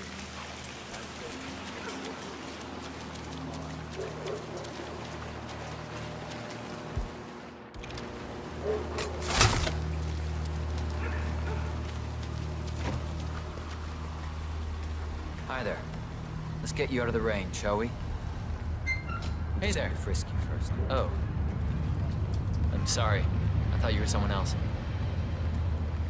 Just relax. You'll be on your way in a sec.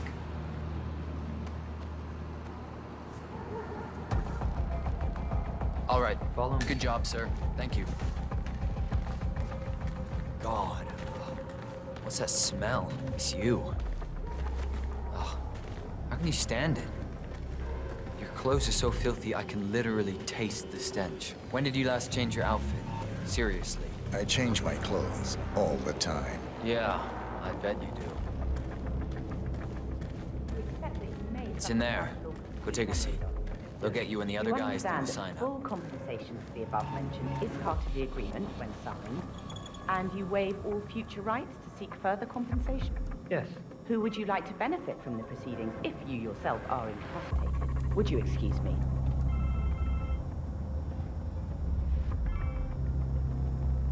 Oh, so Hush likes the last one I sent up to the top floor. He'll be the one to conclude this phase. I knew Hush would be pleased with him. He signed up for the full package.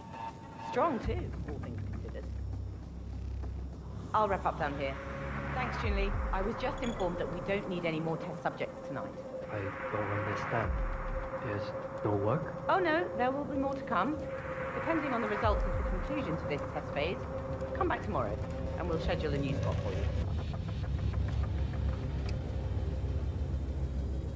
Come in and take a seat. Hey, how you doing?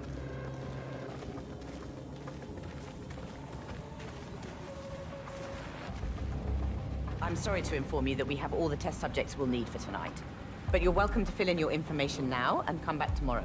A guard is waiting outside the door. He'll escort you out of the building when you're done. Help yourself to an apple. For your trouble. I do need my vitamins.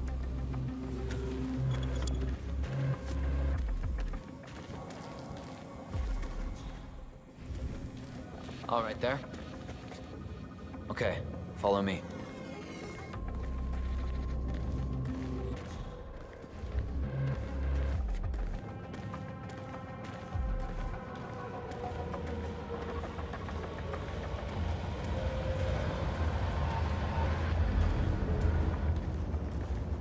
I need to get you out the building. Come on, now.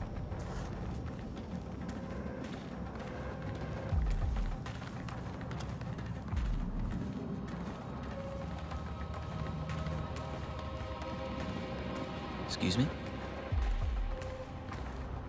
We don't need any more subjects today.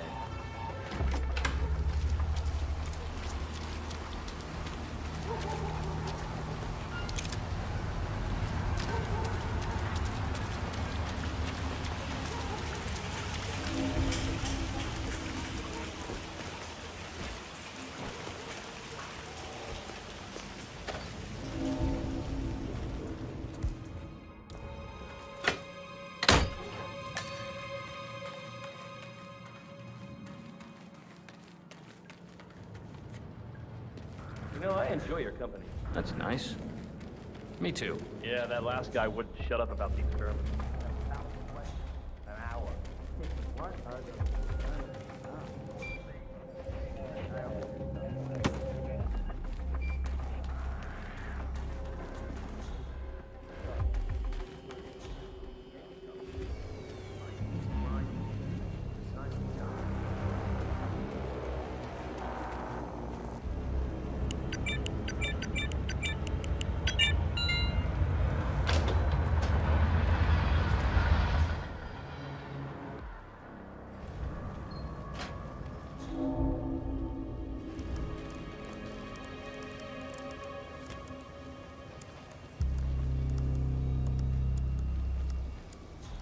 Hush needs to take a break once in a while. I mean, it's not healthy. I never see him eating you. Whoa.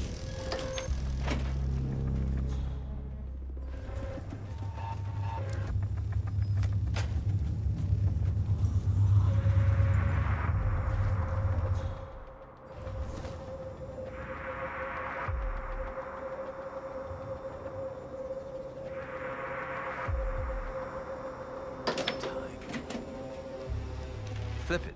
You're on, baby. Yes.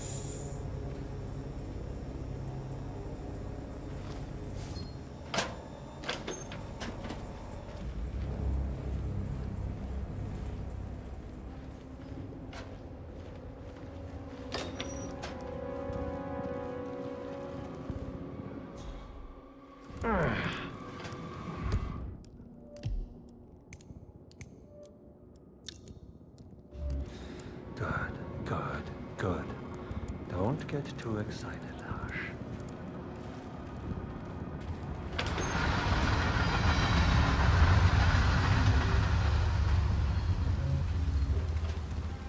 Where's the final test subject? Everything is ready. This is a motor control phase of my experiment. He's in the bathroom, having second thoughts about signing up. Make him come out.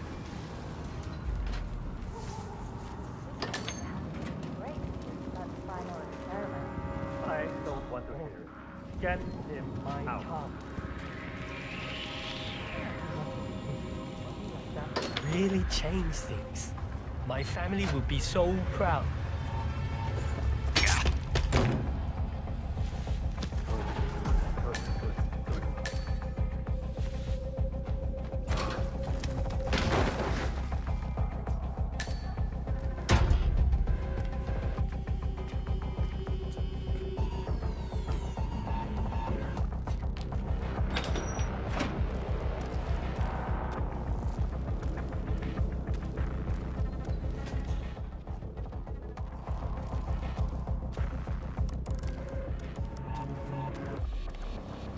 I'm ready to experiment. Oh, good. I'll let Hush and Sister Lei know.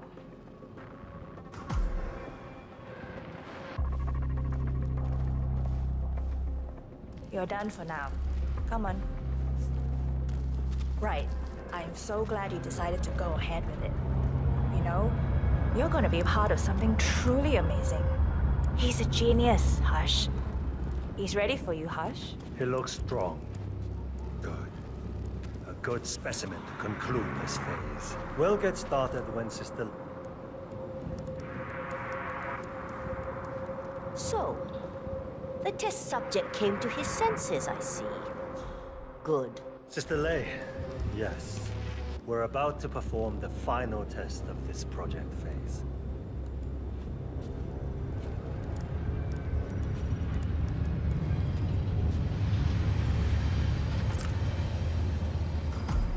Sit down.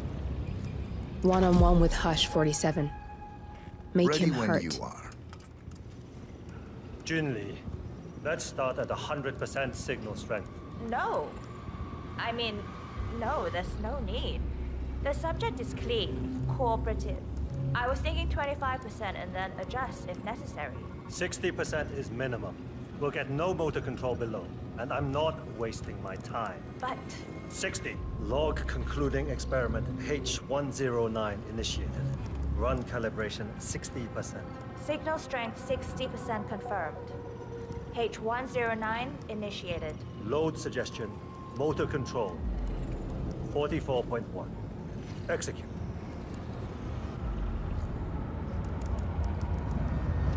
The signal's too low. The signal's too weak. We'll get nothing like this. Go to 100%? It's not safe. You've been working too hard. With your condition, it can cause you real physical harm. It's safe. You're strong. You can overcome it. 100%. Do it. Log, continuing experiment H109. Run calibration 100%. H109 initiated at 100% signal strength. Now I'll see you do as I command. Identify impulse string. Load suggestion motor control. 44.1. Execute. Nothing. He is a strong one. I can get to him. Damn it. It's too low. He's got spirit. Come on. Do this. Abort! You're going too far. No. He's on the verge to break him. Go higher. It'll kill him. It's already way beyond reasonable intensity. This subject is abnormally resistant. He's no match for Hush. Nothing worth shit ever came to be without pain. I'm calling it quits, Hush. You need rest. Okay. A short break. I'll return with a clear head. God damn that assistant. If they up the signal, it will kill him. Stay here, okay? Don't even think about getting cold feet again. Please. I'm here to the end.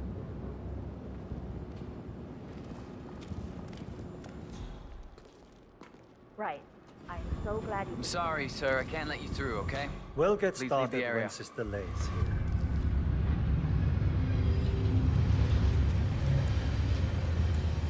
Right. I'm so glad you decided to go ahead with it. You know, you're gonna be a part of something truly amazing. He's a genius, Hush. And this is groundbreaking research. It's an honor, really. But, he's under a lot of pressure these days, so if you could just go a...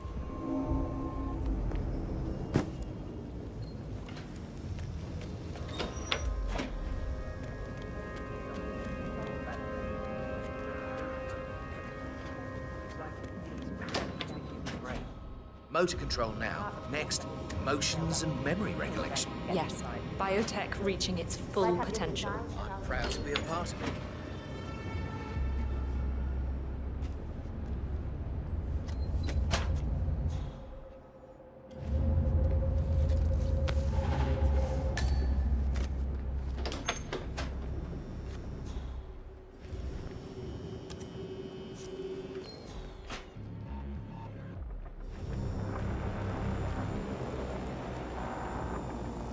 Feeling a bit better?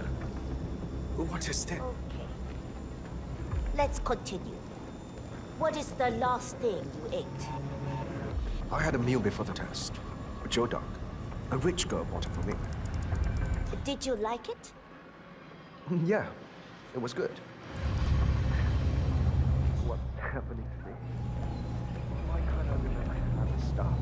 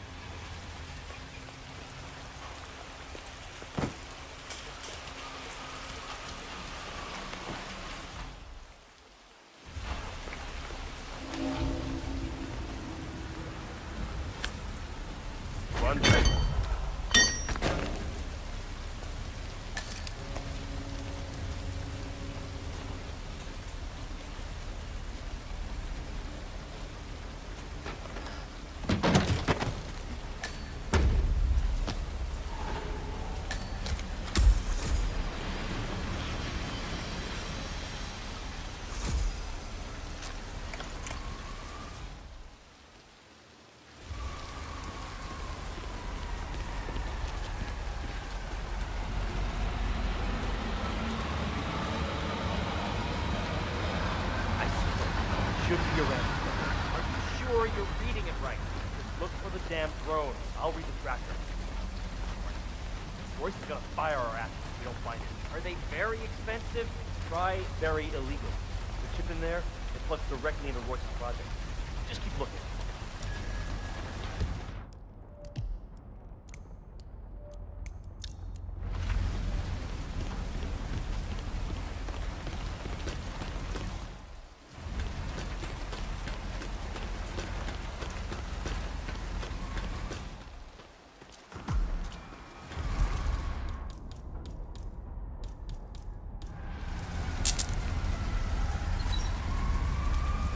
This thing is hooked up to Royce. Pings her if it's damaged. I can use the transfer from this one, but if you take down a couple more, I might be able to piggyback the message and gain access to Royce's phone. This place is an excellent vantage point to take down some drones. I'm in. I just need to lock down the random sequence. Give me a second. I specifically said I wasn't— Damn! Nilly had it. I need you to shoot more drones, and I'll lock the link.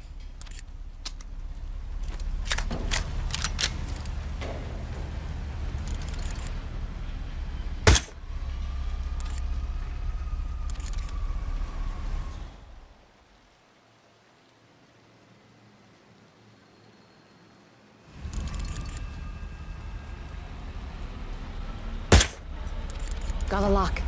We can now listen in on Royce's phone calls. Royce here. Another drone just went down. It must be Hush doing this. Again? You scared him pretty bad last time. If you don't find out who's doing this and stop it, I'm coming up there myself. Nice shot. Keep it up and maybe Royce will make an appearance.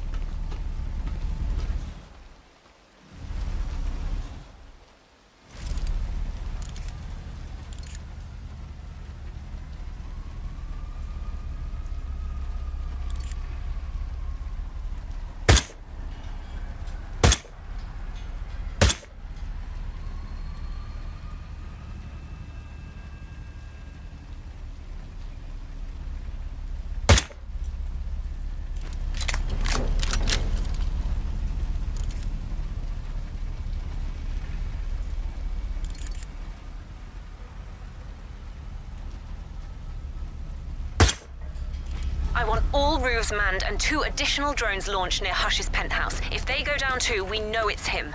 And then there's no more hiding. I swear he'll have to answer for this face to face. We may get more than we bargained for if you take care of those drones near Hush. Search the roof. There may be a potential hostile. Shoot on sight, even if it's one of Hush's people. Roger.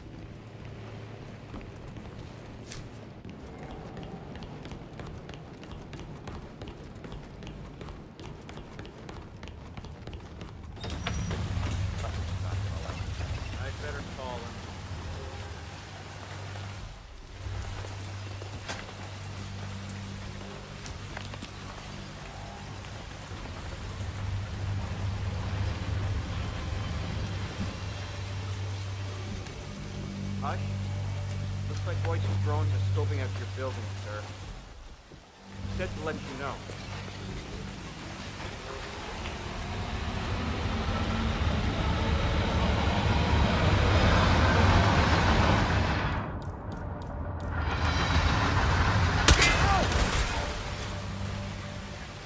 Find out what that was. Understood. We'll monitor the situation. Sure. Not bad. I'll keep the signal up a little while longer.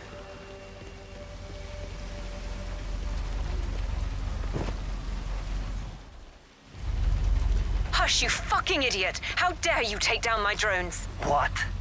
I did no such thing. You sent your ridiculous drones to spy on me. We have a truce, and I'm not letting your petty insecurities allow you to stake me out. Lotus Passage, now! And I don't give a shit about your condition. For fuck's sake, Royce. I don't have time to cater for your stupidity. You don't have a choice. How do you think Main Branch would feel about you isolating yourself for weeks? Now, Hush, the Lotus Passage. Well done. You've got 2 pissed-off targets on their way to meet in the Lotus Passage. Sounds like a lethal cocktail, especially with you in the mix. Royce is just about to confront Hush in person. We want to hear this, 47. I've managed to get a hot mic hack on her phone. Enjoy the show.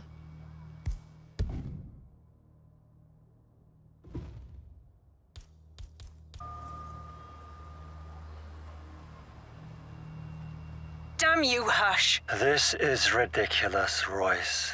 I didn't touch your drones. You liar! You lie about everything. You're deliberately trying to mess with me. Get me off balance to screw up my presentation. No, you're the one who screwed up, Royce. We had a truce. You promised you wouldn't spy on me again. I said I didn't mess with your drones. Both targets in one go. You are good. My turn. Just give me a second, and I'm in. You can now access the core, 47.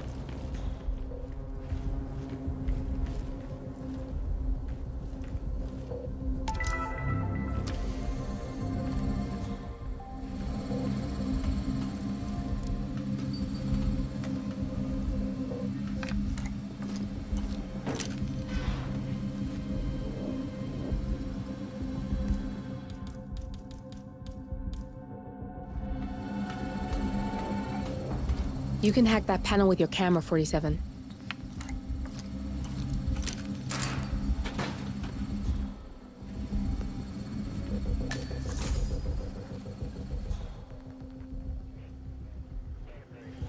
That VIP visit today? My first zero protocol clearance. Must be someone important to get one of those. You gotta keep a tight shift. Oh, I forgot to tell you, I bought that.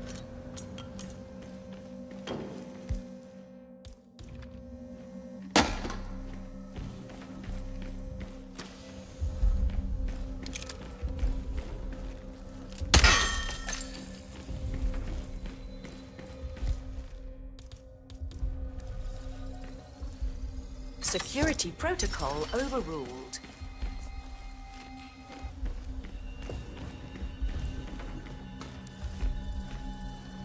Security protocol overruled.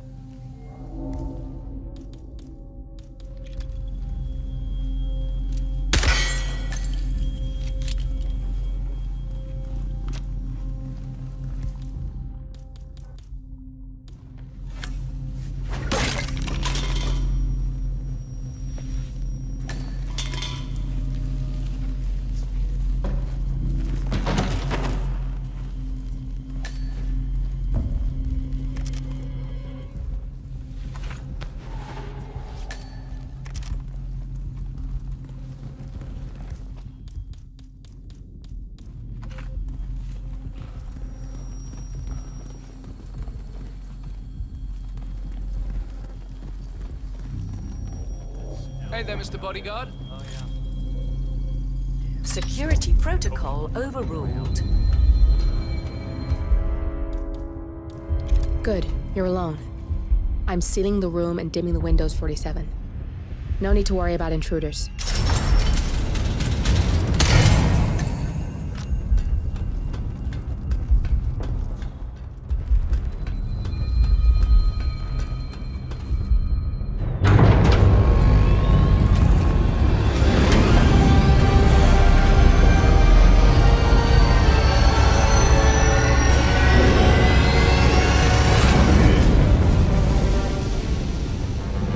All here.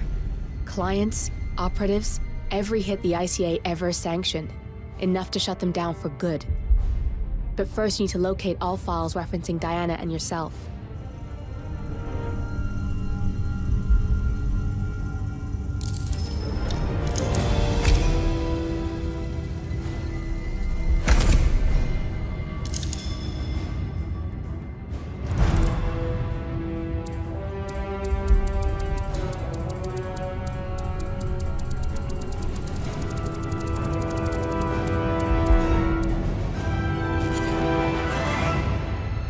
Tell me, what did it feel like?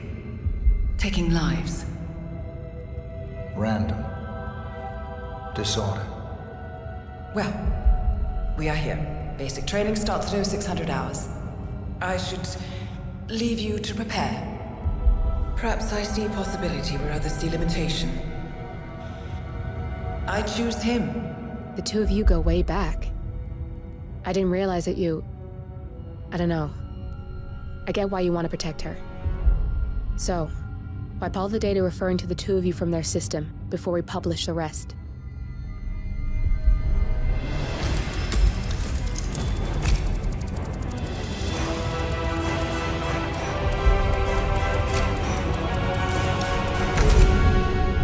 Okay, good. I've set up a link to an information non-profit site. When you press that button, it's up there and the whole world will know. There's no undo 47. This will shut the ICA down for good. You really okay with this? It's who you've been for so long. Maybe it's time for a change. I'll just return things to normal. No need to alert them we were here prematurely. Detected. Lockdown. Shit! I missed that. We're blown, 47. I can hold the doors for a little while. Use the vents to get out. Go, now! All personnel, breach protocol initiated. This is bad. That means they'll shoot on sight. I'm gonna create some havoc, 47. Make the core melt down. Maybe we'll divert their attention a bit. Warning, core overheating. Warning, core shut down. Temperature critical. Warning, fire detected.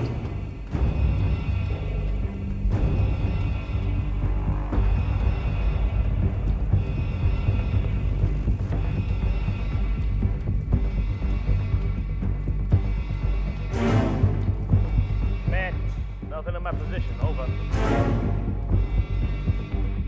All personnel, breach protocol initiated. Anybody copy? No sign of any pup. Moving on. Warning, core overheating.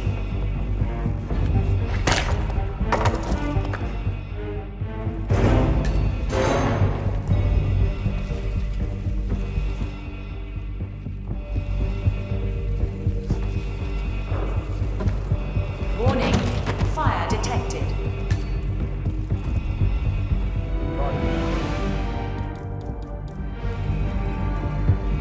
Access granted. Security protocol overruled. All personnel, breach protocol initiated. Get my position.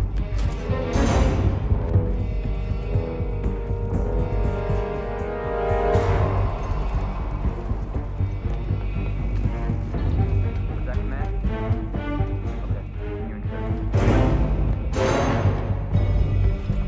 Warning, core overheating.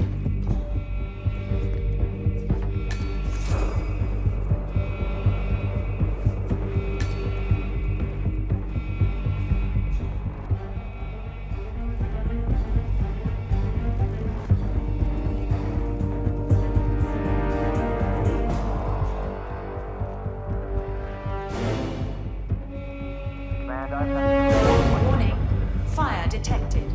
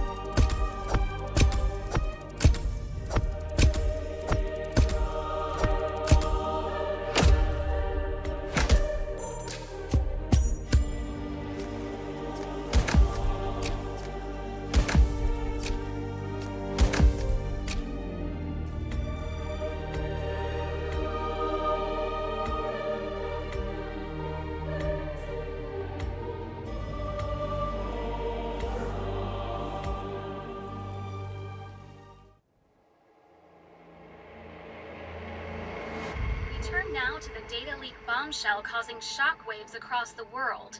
The so-called ICA files. The disclosure of... You win. So, what happens now? The ball's in your court, Miss Burnwood. I do have other candidates, you know. Most of whom have never tied me to a chair. You've seen the news. That was 47 acting on his own. He is untethered, he is unstoppable, and he cannot be bargained with. He will find you, Mr. Edwards, and I'm the only chance you've got. I'm listening. 47 has one weakness. Me.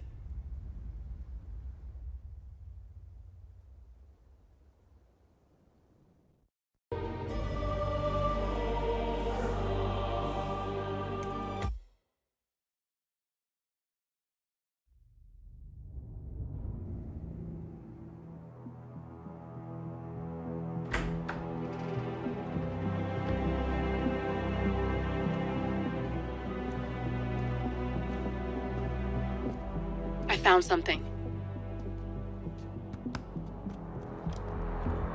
Buenos Aires International Airport this morning. Now watch this. Heralds. Trail ends at the airport, but turns out that a top Providence operative owns a vineyard in the area. Don Yates, of infamous New York law firm Morgan, Yates & Cohn. And get this, he's hosting his retirement party today. She's infiltrated them. She's sending a message. She needs my help. Could have fooled me. You don't know her. Anyway, if you're going after her, you'll need to deal with the Herald. Her name's Tamara Vidal, former CIA asset and political firebrand. She's a master of surveillance and the Constant's most trusted aide. She'll have eyes everywhere. You won't get far as long as she's in the game. Why are you telling me this? I thought you were out. Yeah. Old habits, I guess. Anyway, I need to go. See you around, 47. No, you won't.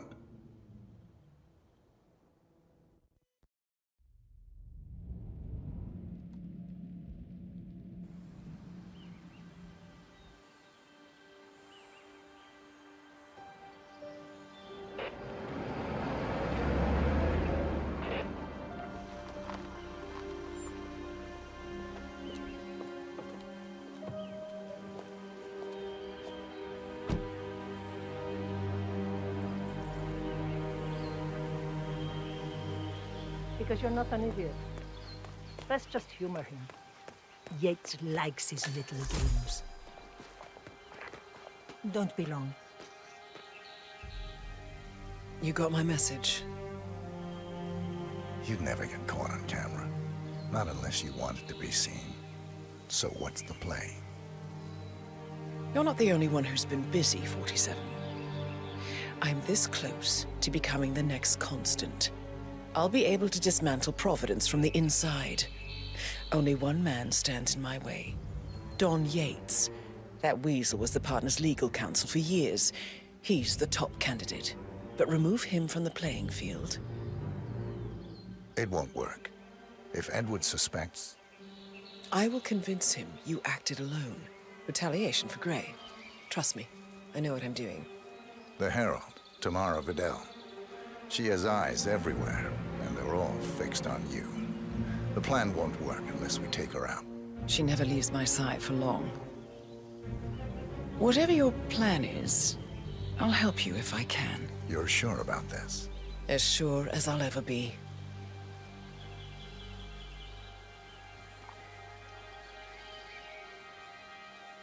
Here, I got you an invitation, just like old times. Come find me when it's done. Good luck, 47.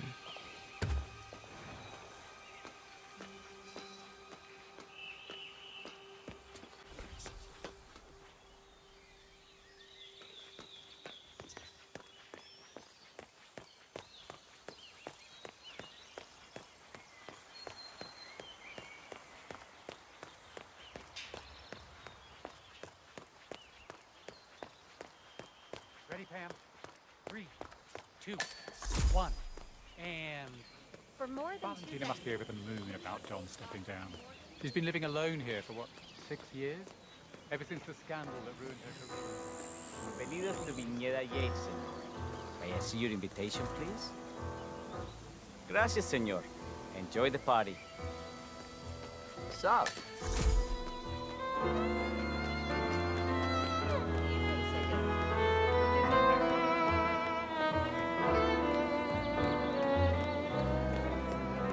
Tamara Vidal.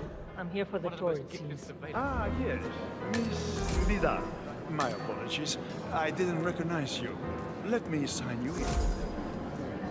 Luther, Burnwood's flying solo. I want all eyes on her. Let's see what she does. And Luther, deploy the truck. Corvo, got a message from the boss. Duty calls. Let me guess, the Burnwood woman. That's right. Yates has arranged for the chief winemakers to take Burnwood and Tamara Vidal on a grand tour of the estate. Wants you to tag along. Not for my sparkling personality. This Burnwood woman sure has his panties in a twist. Wonder what the deal is. Yates' business is his business. Just get yourself ready and sign into the visitor center. Oh, have a drink on my behalf. I don't drink. Makes me sentimental. A private tour of the estate. Diana, Vidal, and this fixer, Corvo Black. Black is a threat, but also an opportunity.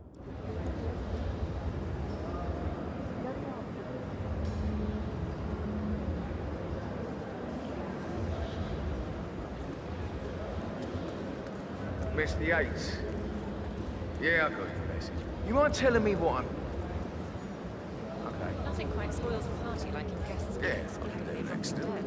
In fact, a couple of spots come to mind. On the tour after. Something Dutch sounding? I bet she... So you're not sure?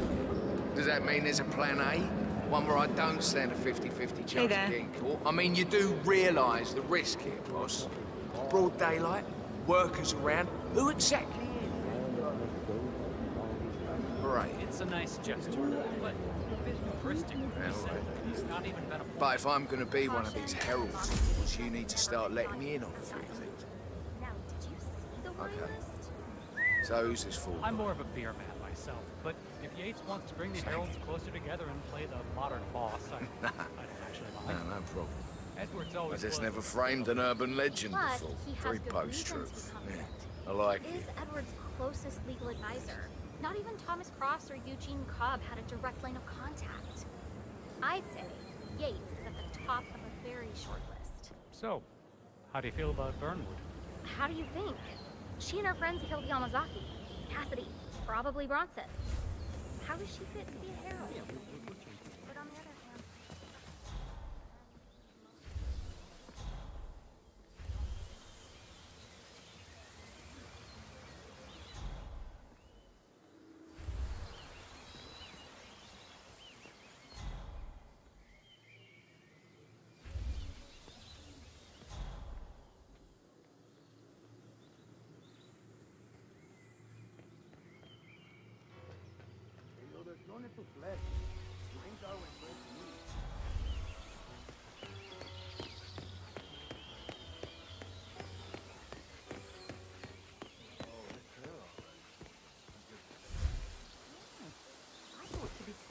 Everyone looks tall on stage. She changed her hair, but that's still Tamara Vidal.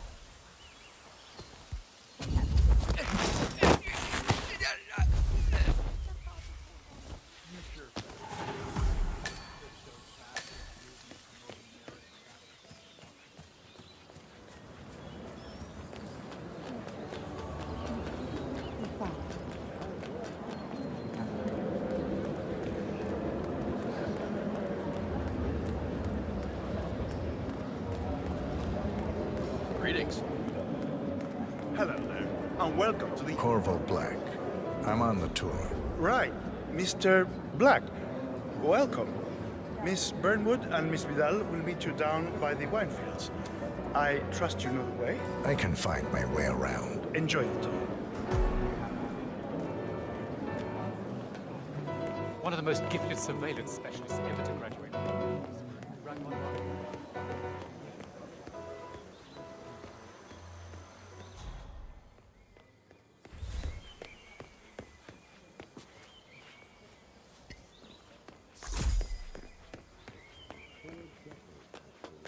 happening? The constant must have lost his mind.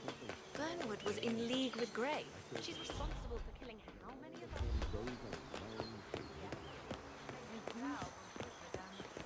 Over here. You two must be Burnwood and Vidal. And you must be Yates's garbage man. Sorry, but I didn't catch your name. This is Corvo Black, Tamara. He's a ICA regular. I only work with the best. Well, we're all here, it seems. Except for our guide, the chief winemaker. Looks like we're stuck here until someone fetches him. Mr. Black, I'm looking in your direction. Hold on. I'll track him down. Attaboy. Do try and bring him back in one piece. Counterintuitive as that may be. That was a bit rude. Yes. Yes, it was.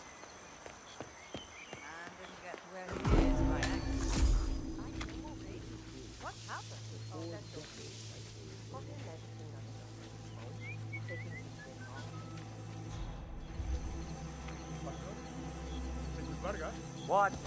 What is it now? What? You have some guests waiting. Senor Yates wanted you to give them the grand tour. Remember? As if I don't have more important things to do than babysit Yates' socialite friends. It's only harvest season. Better do what he says, Patron. Big shot New York lawyer like that.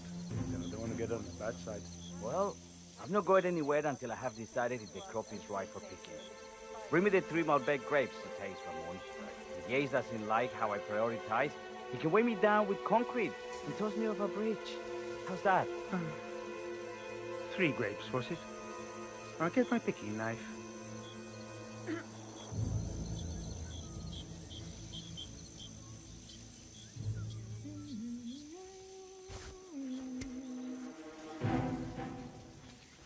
Now, what am I doing here? Come on. I left it right...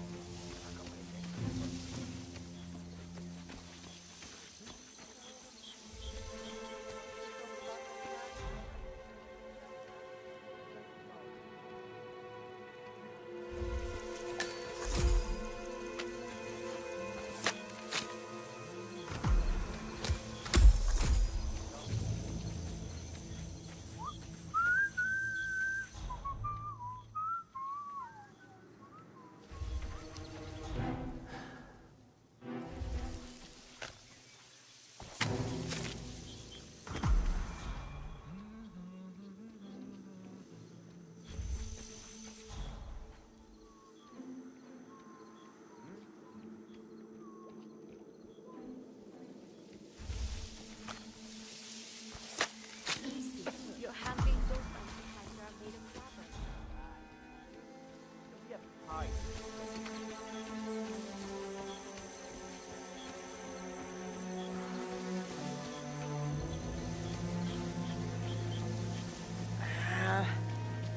Mr. Vargas, I have the 3 grapes you requested. Yes, good. Bring him here. Now, let's see. A lovely inky black color. Good. Oye, ese es mi pie. Ten cuidado, huevón. Now, let's see. A lovely inky black color. Good size, large and firm. Seeds brown. Excellent. And finally, taste. Sweet, flavorful, robust tannins. Some floral notes. Marvelous. Why, I say these grapes are ripe for harvest.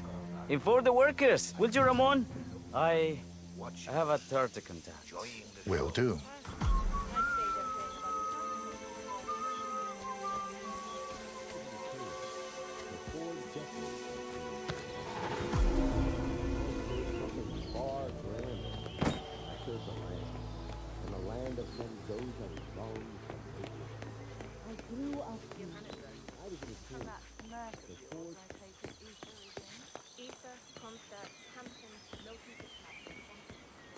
Hey! Ah, my fellow wine lovers. Hello! Welcome to Viñeda Yates. I do apologize for the delay. The Malbec grape is a demanding mistress. So, I am Gabriel Vargas, Chief Winemaker, and I will be your tour guide. Any questions before we start? Yes, but you're not going to like them. We're good. Lead the way, Senor Vargas. Wonderful. Follow me. These are busy times. In fact, we're just about to harvest this year's crop. Great expectations. So, how do you like Argentina? Like everywhere else. Full of Americans. First stop on the tour is the production floor, where our prize-winning Malbec grapes are processed. We insist on steaming every grape by hand, which means that during harvest season, the grapes do tend to pile up. Luckily, we have plenty of storage space. Our equipment is state-of-the-art, including an industrial-sized freezer unit, and last but not least, our trusty grape crusher. Interesting. Wouldn't you say, Mr. Black? Follow me, please. Welcome. Right. Get the radio. Are you a wine man, Black? Somehow you don't seem the type. Oh, I believe Mr. Black here is something of a jack of all trades. Isn't that so? I dabble. I see. I just thought Yates might be sending a message. My mistake. So, have any of you been to our vineyard before? Only on business. Next on our tour is the fermentation atrium, where the wine goes through its primary stage of fermentation. In these big open tanks, yeast converts the sugars in the wine to alcohol in a process that lasts between 5 and 15 days. This is also where we squeeze the mass into a fine juice using our grape presser for the longer secondary stage of fermentation. Fascinating. Now, before we move on... I have a question. Perhaps we can take a closer look. Certainly. Lead the way.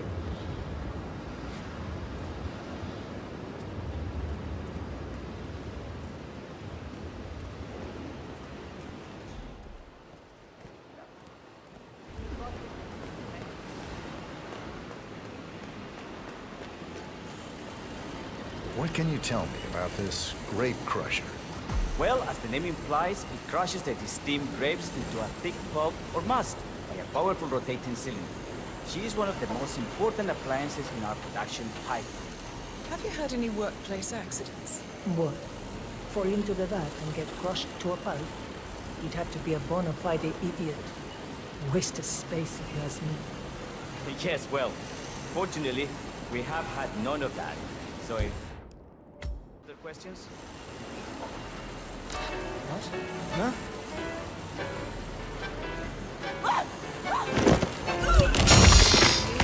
Why me? It's just one of those days.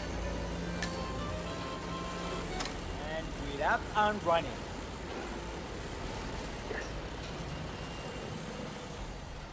What happened to your colleague? Urgent call. Something about work.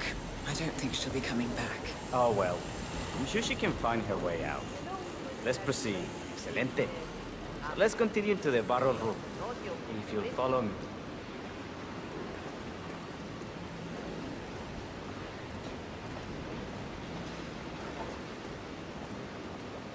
So, are you associates of Mr. Yates? You might say we run in the same circles. Law and order. Must be very exciting. It's about 99% preparation.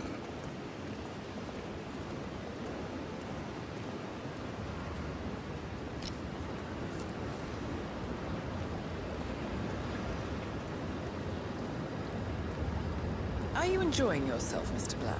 It's all very inspiring. I could see you retired to a place like this. Winemaking speaks to your meticulous nature. Surely you don't plan to be Yates's fixer forever. I have been told recently to think about the future. And so we arrive to our final stop, the barrel room. This is where we store the wine during the secondary stage of fermentation. The area behind the glass is where we keep our most precious bottles, including a 1945 Grand Paladin, the most expensive wine in existence. The access doors, which are made from ballistic glass, can only be unlocked from the security room high above our heads. Remarkable. Ah, here comes Senor Yates now. I shall leave you in his capable hands. How reassuring. Ah, Miss Burnwood, is it not? Don Yates. Pleased to meet you. You come very highly recommended. As Chief of the Heralds, let me be the first to say welcome aboard. Why, thank you, Mr. Yates. Rest assured that I will be following your every lead. Very closely. Say, that reminds me. We're about to have a little Herald get-together up at the house. Just a modest toast to celebrate my forthcoming inauguration as Constant. You are, of course, most welcome to join us. I believe you shall make a fine Herald, once the training wheels are off. I wouldn't miss it for the world. Capital. Right this way, into the lion's den. Why don't you take a break, Corvo? We're done here for now, I think. Oh, but don't go too far. I may still need your services later. I'll be closer than you think. Oh, almost forgot. Cortazar, please nip down to the wine cellar and tell Mr. Flowers, the sommelier, to prep the 1945 Grand Paladin and bring it up to the house for our special occasion. Got it, Chief.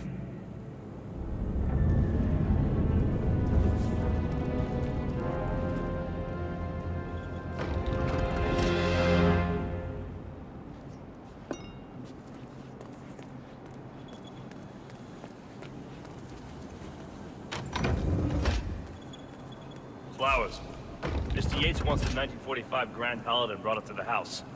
Special occasion. Did aliens land on the front lawn? Have the ghosts of Jesus, John Lennon, and Eva Perón unexpectedly come for dinner? Help me out here. What could possibly be so special? Above your clearance, Flowers. Just fetch it already. A meeting in the Roots Ocean. What's the passcode again? Last year of World War II. If you have to look it up, shame on you.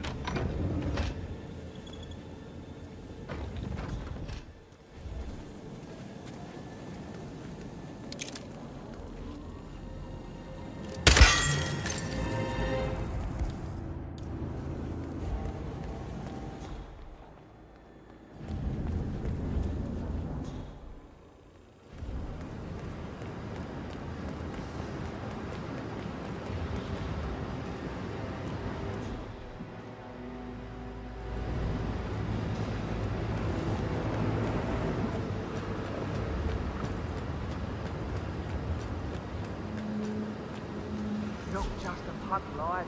We're talking knee-deep. The whole place looked like a horror flick. Of course, Yates came down and told them all solid charge of the tanks. You'd think there was some kind of fail-safe mechanism. Early warning system in place. Yeah, you would, but you'd be wrong. If the pumps malfunction, the tanks overflow. That pretty much sums it up. So, pay attention to that pump flow. Unless you're in the market for an extra orifice. Lightning never strikes twice. We'll be fine.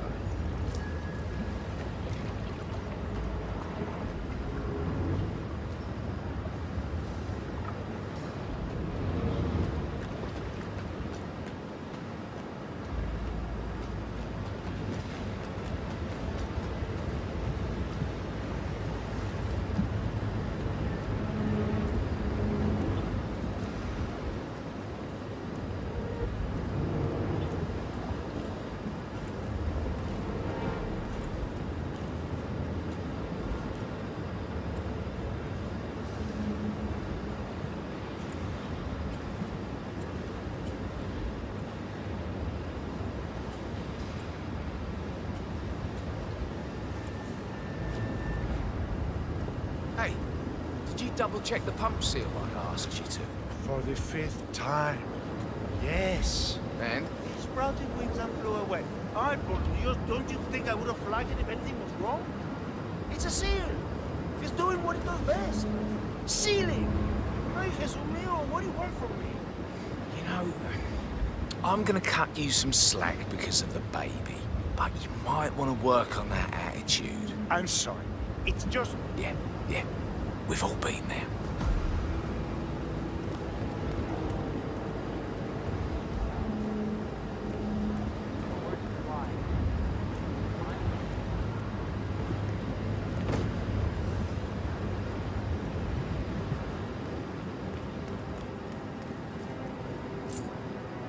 For decades I served the law.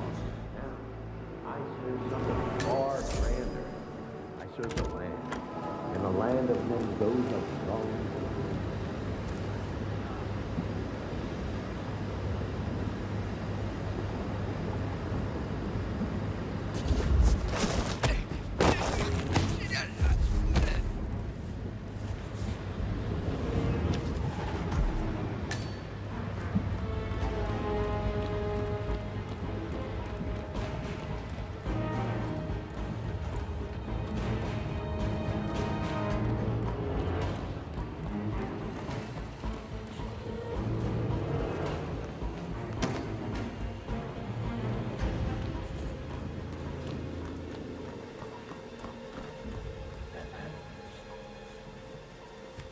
Now, the temperature and humidity...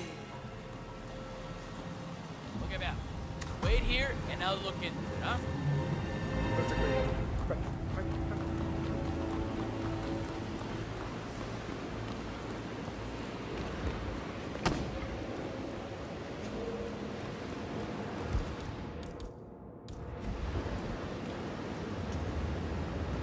Say what? I wonder what that was.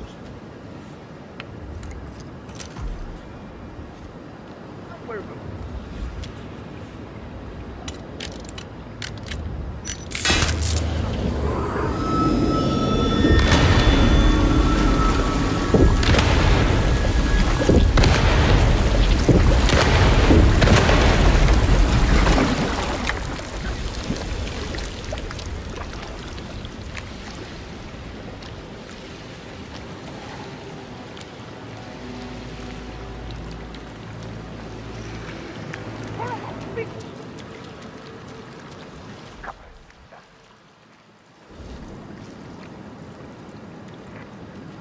¡Ay, la puta! ¡Hello! ¡Mierda! ¡Coger! ¡Ay, son of a bitch!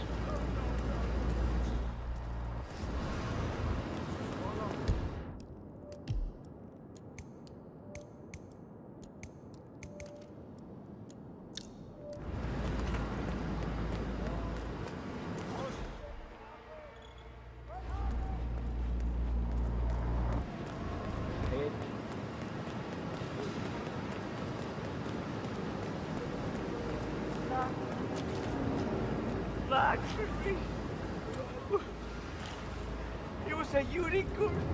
I never even got to touch you.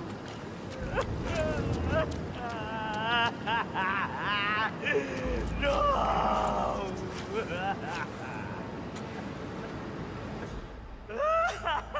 No!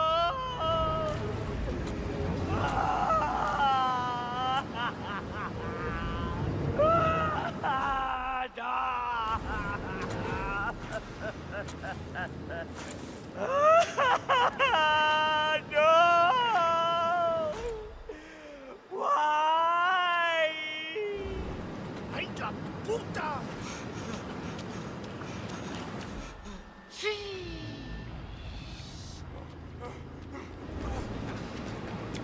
Ori. Ah, shit.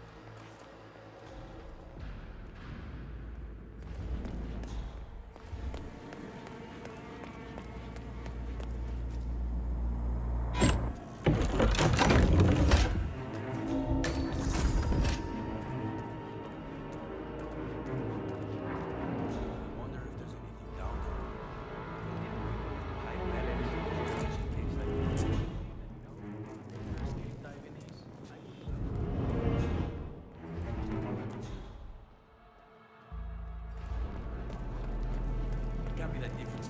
Aerospace.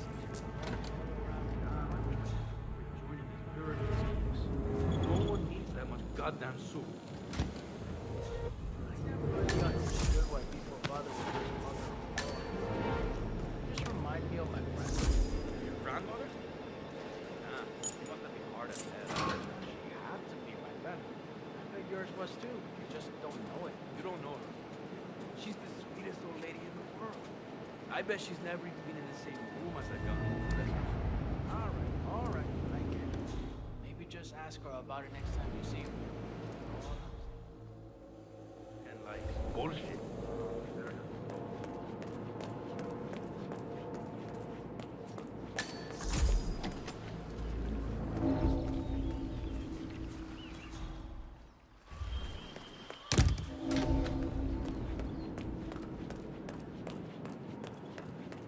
I wish my sister would quit joining these pyramid schemes.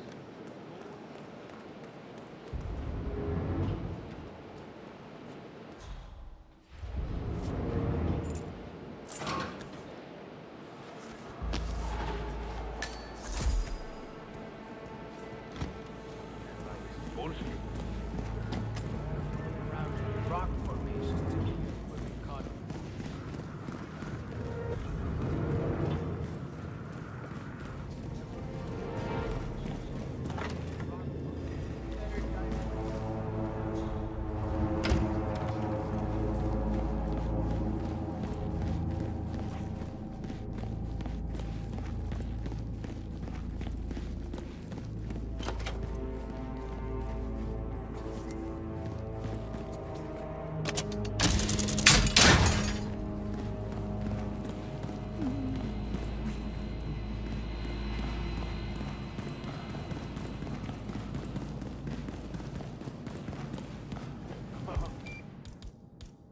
Oh, that guy's going to need a stomach pump in a minute.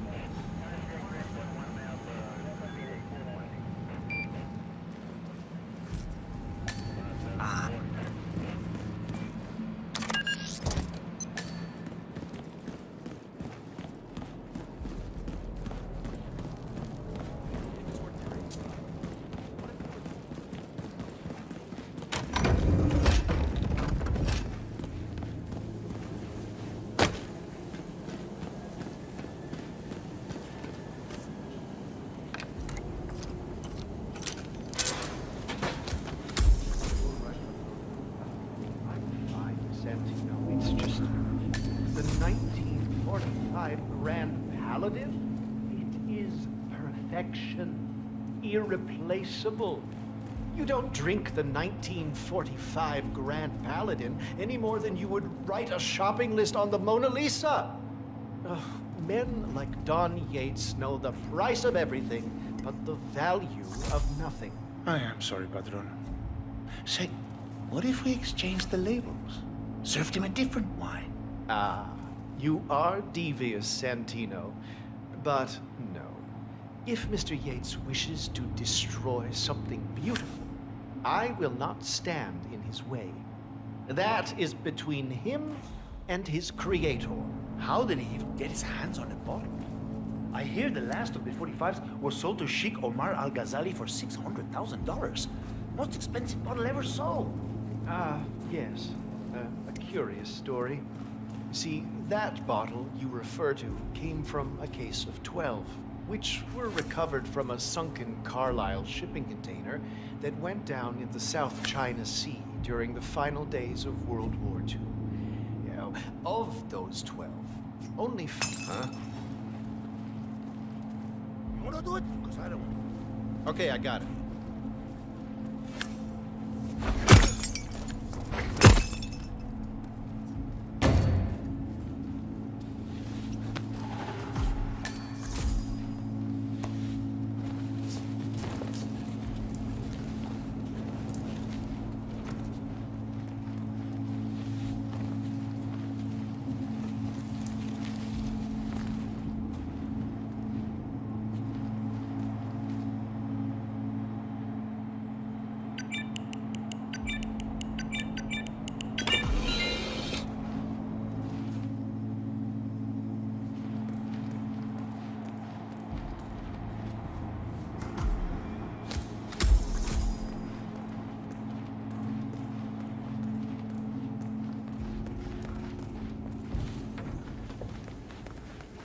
Sir, I present to you the 1945 Grand Paladin. Huh. Somehow I thought it'd be bigger. Come on, Flowers. Guests are waiting.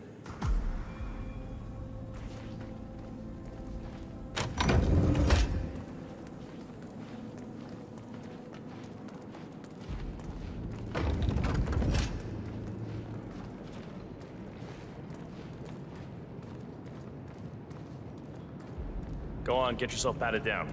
We're still on alert from all those big shot CEOs getting offed.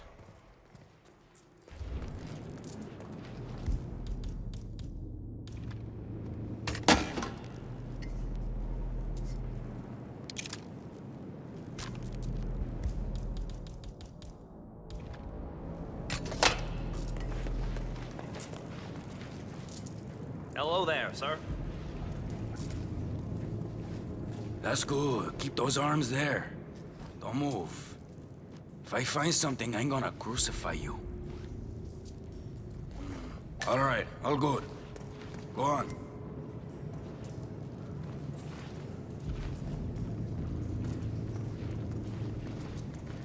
So here's the deal, Flowers. The boss is having a powwow with some employees, and discretion is the name of the game. I'm sure you figured that out already, you being a scholar and all. Don't discuss, disclose, or hell, even contemplate what goes down. Just set your mind to wool-gathering mode. You think you can do that for me, Flowers? Worry not, Mr. Cortazar. I'm the very soul of discretion. Good man.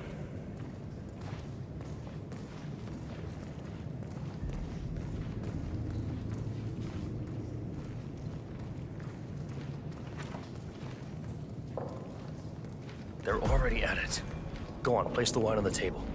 I'll pour it. Decant. Pardon me. I have always considered the heralds the unspoken heroes of Providence.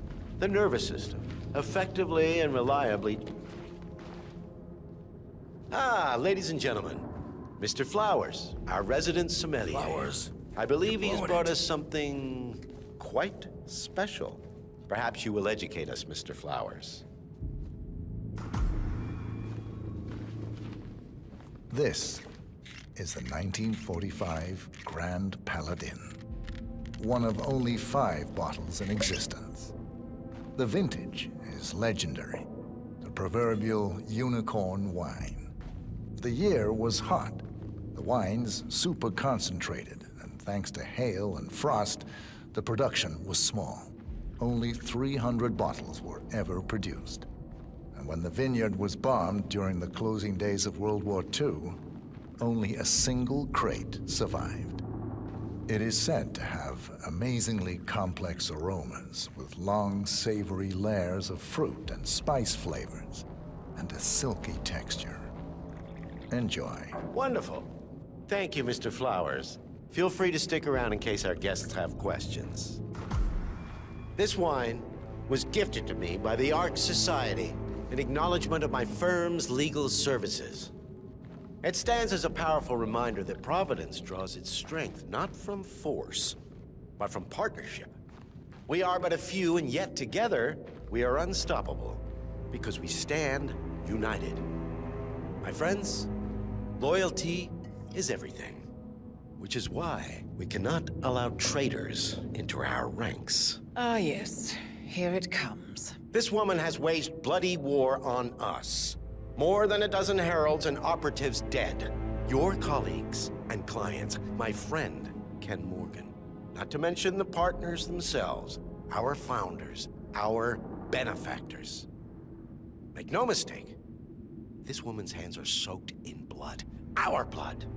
And Arthur Edwards, the new supreme head of Providence, is handing her the keys to the kingdom. Now, does that seem right to you, my friends? Does that sound like loyalty? Yeah, okay. Oh, I agree. Yes. Perhaps Edwards simply recognizes talent when he sees it. Perhaps this is why I am also in the running to become constant. And following this childish outburst, I dare say I am in the lead. Don. God, did she say? You're lying, of course. Which only proves my point. You cannot be trusted, Miss Burnwood. This woman will be our downfall. That is, unless we take matters into our own hands. You are heralds, sworn to protect Providence against all threats, including inside ones. I have devised a plan. Together we can make it work, but you have to decide now, my friends. Are you with me? Yes. Yes. I'm in. I agree. Yes. Escort Miss Burnwood to my office. I'll join you shortly. Right. Move it. Let's go. I'm warning you, Yates. This will not go your way.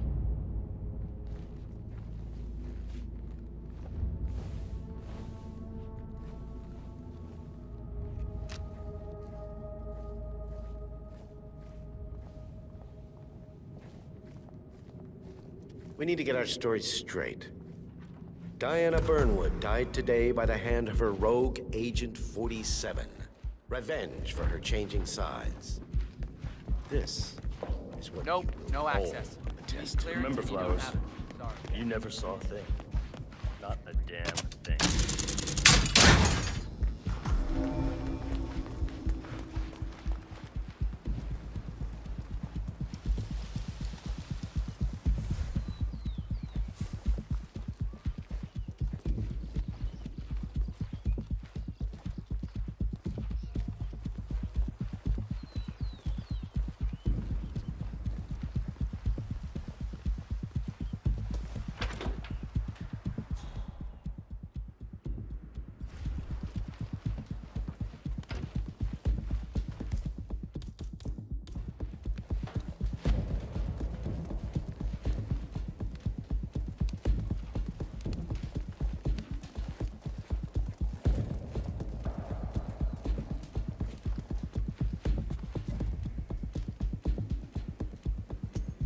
Jeez.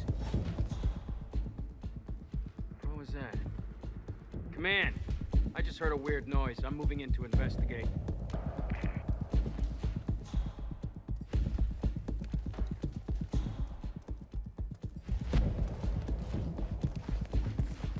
Awesome. Took you long enough? Quick, clear the floor and get yourself a guard outfit. Yates won't be long.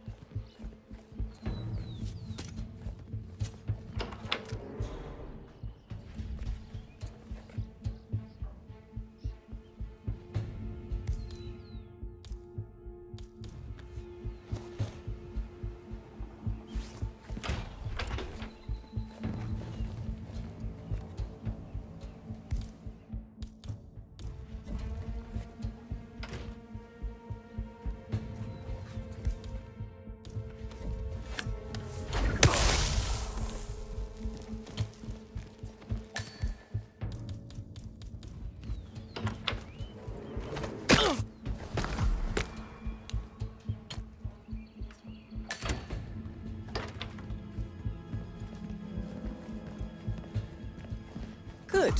I was beginning to worry. Were you? No. Listen up, 47. Yates will be here shortly.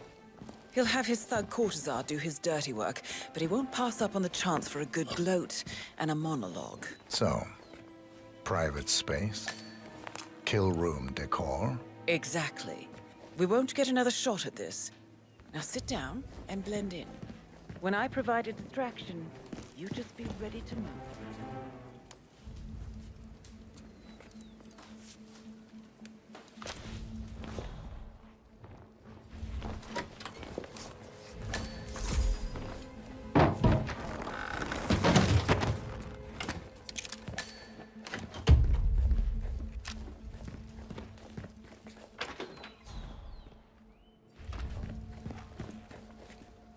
Corvo, pick up your damn phone. Plan B is a go. I repeat, Plan B is a go. Start prepping the crime scene like we discussed. Remote, staged accident. Cortazar will bring the package. Get it done.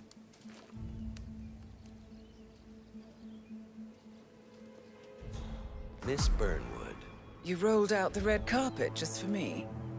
Don. You shouldn't have. So confident, even in defeat. I suppose you're not used to danger, always safe behind your screens. Just tell me one thing before we part ways. Why me? Why you? Why would Edwards trust you? Please. It will keep me awake at nights, and I'm 65. I get up 4 times to piss as it is. Oh, it's simple, really. Edwards is proud. He considers himself the cleverest man alive, and yet we tricked him on Isle of Scale, and it's eating him up.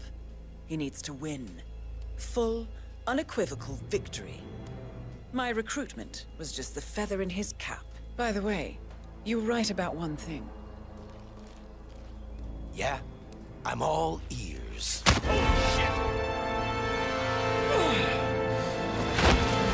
out this one. I heard that. What are you doing, you asshole? Do not stand there! Shoot her!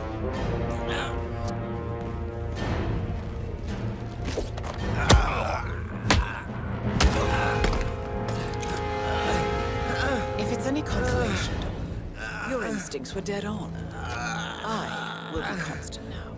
And I will make it my mission to tear down Providence brick by brick. Finish it. Such a good boy.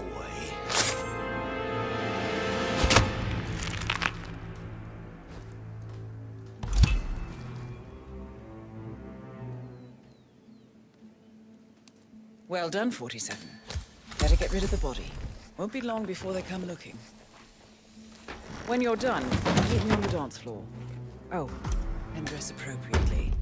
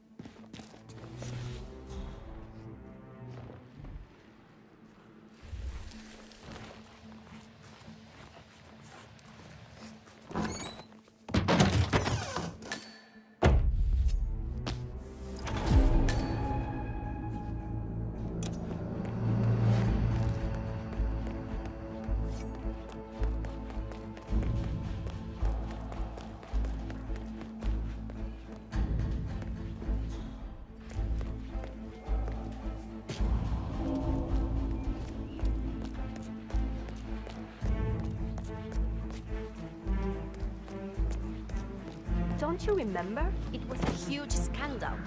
One of those... I don't know. Whatever they... Probably keep something weird inside.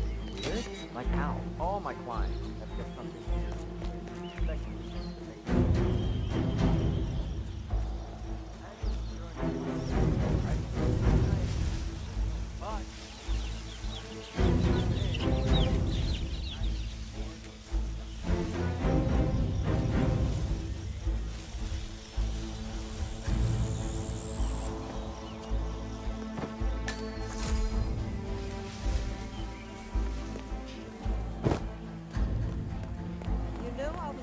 Looking forward to seeing you at the club.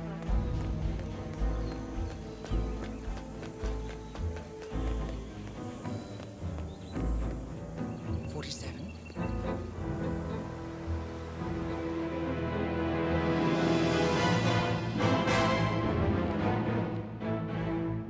It's done. Now what? Now, we strike at the heart. Edwards.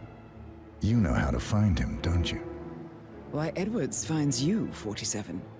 He is untraceable, and he never lets you forget it. He is cocky, and that will be his downfall. What's the plan? Too many eyes. Meet me at the Olive Grove at sunset. One last tango, 47.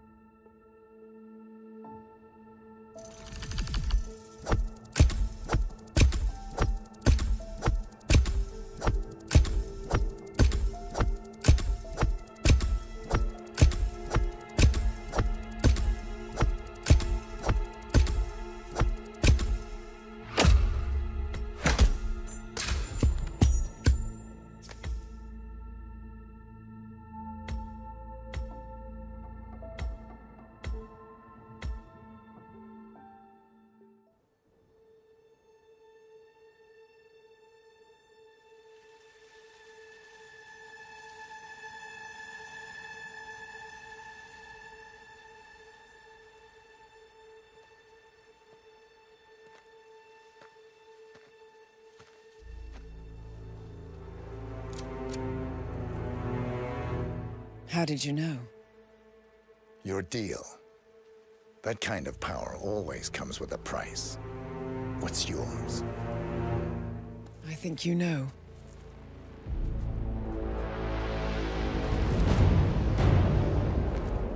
I am sorry. This is a necessary evil. What have you done? Ether brand neurotoxin transfers by touch. See, Edwards learns by his mistakes, 47. And as you've clearly demonstrated, brute force is futile. It had to be me. It was the only way. To get this close. My family. I know what you did. After all these years, I finally know. I am sorry. You didn't have a choice. I did. Providence used you, but I'm no better. All I saw was a blank slate, a weapon to wield. I told myself it was what you needed, but people aren't meant to be controlled. This is a kindness. Goodbye, Agent.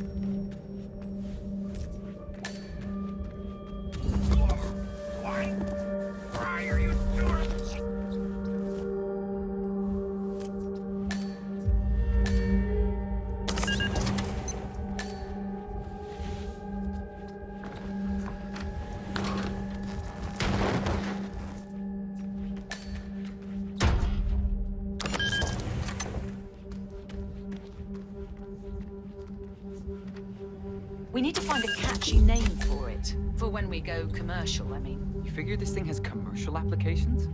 Who'd want to have their minds wiped? Not wiped, obviously. But that's just fine-tuning. Okay, right now the serum erases long and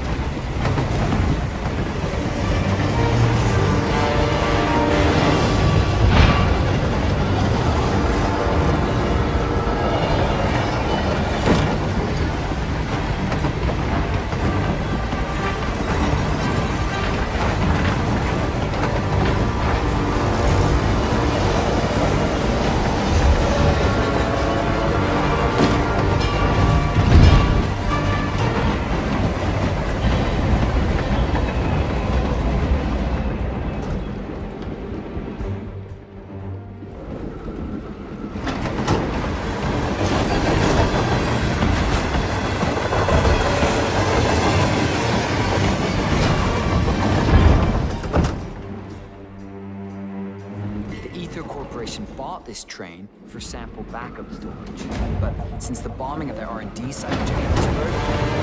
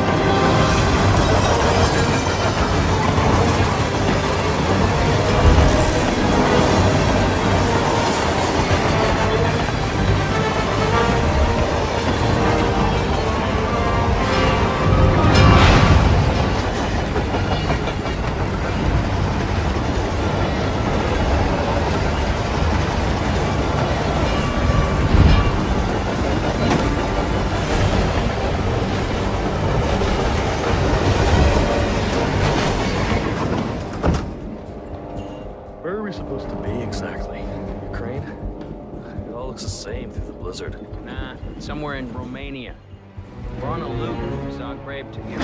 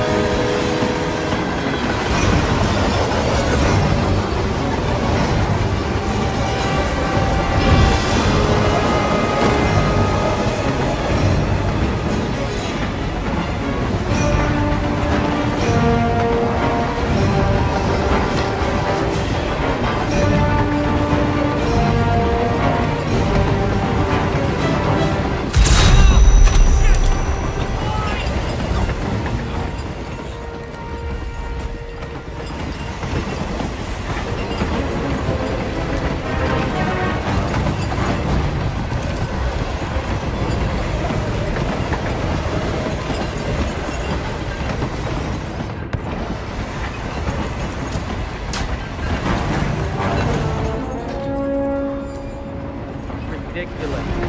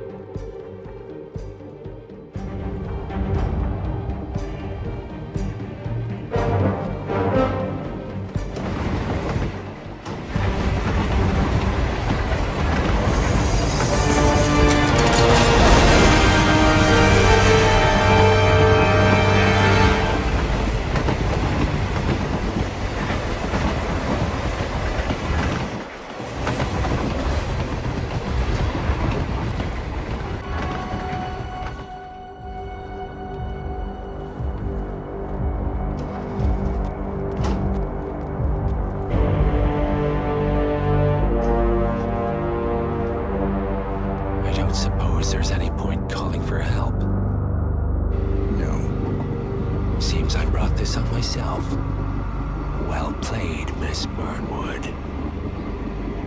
Do you really think she'll be able to resist all that power?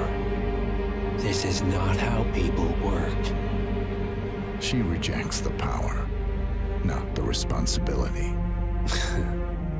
A noble idea. But please join me in the real world. I trust you already know what this is. Why not simply take it? Embrace who you were always meant to be.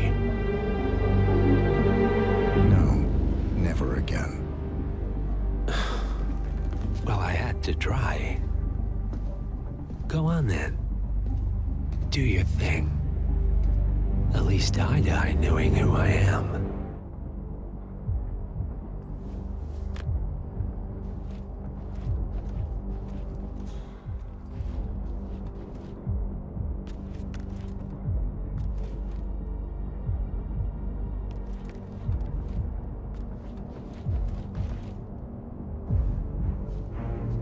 What are you doing?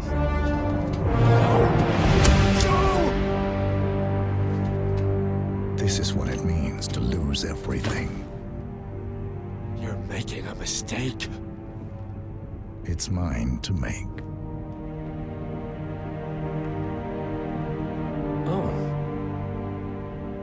Forgive me. I seem to have, What were we talking about? Don't worry. We were done.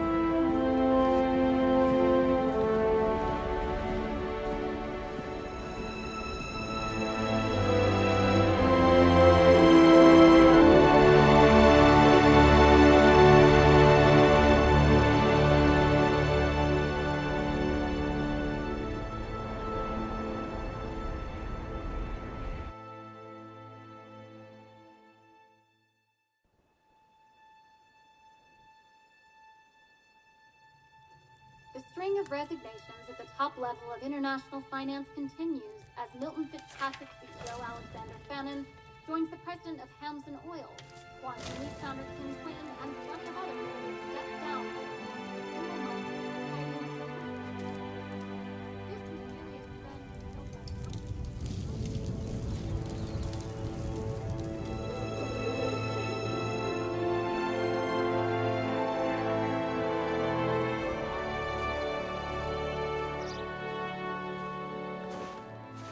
It's been a long time, Agent 47. That's not who I am anymore. The pact is done. The past, dead.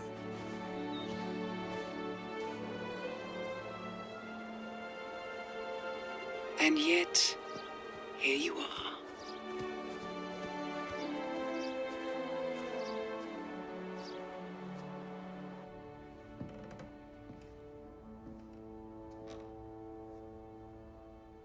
I choose this path because I can. There will always be people like them. So there will always be people like us. No one is untouchable. It's good to be back.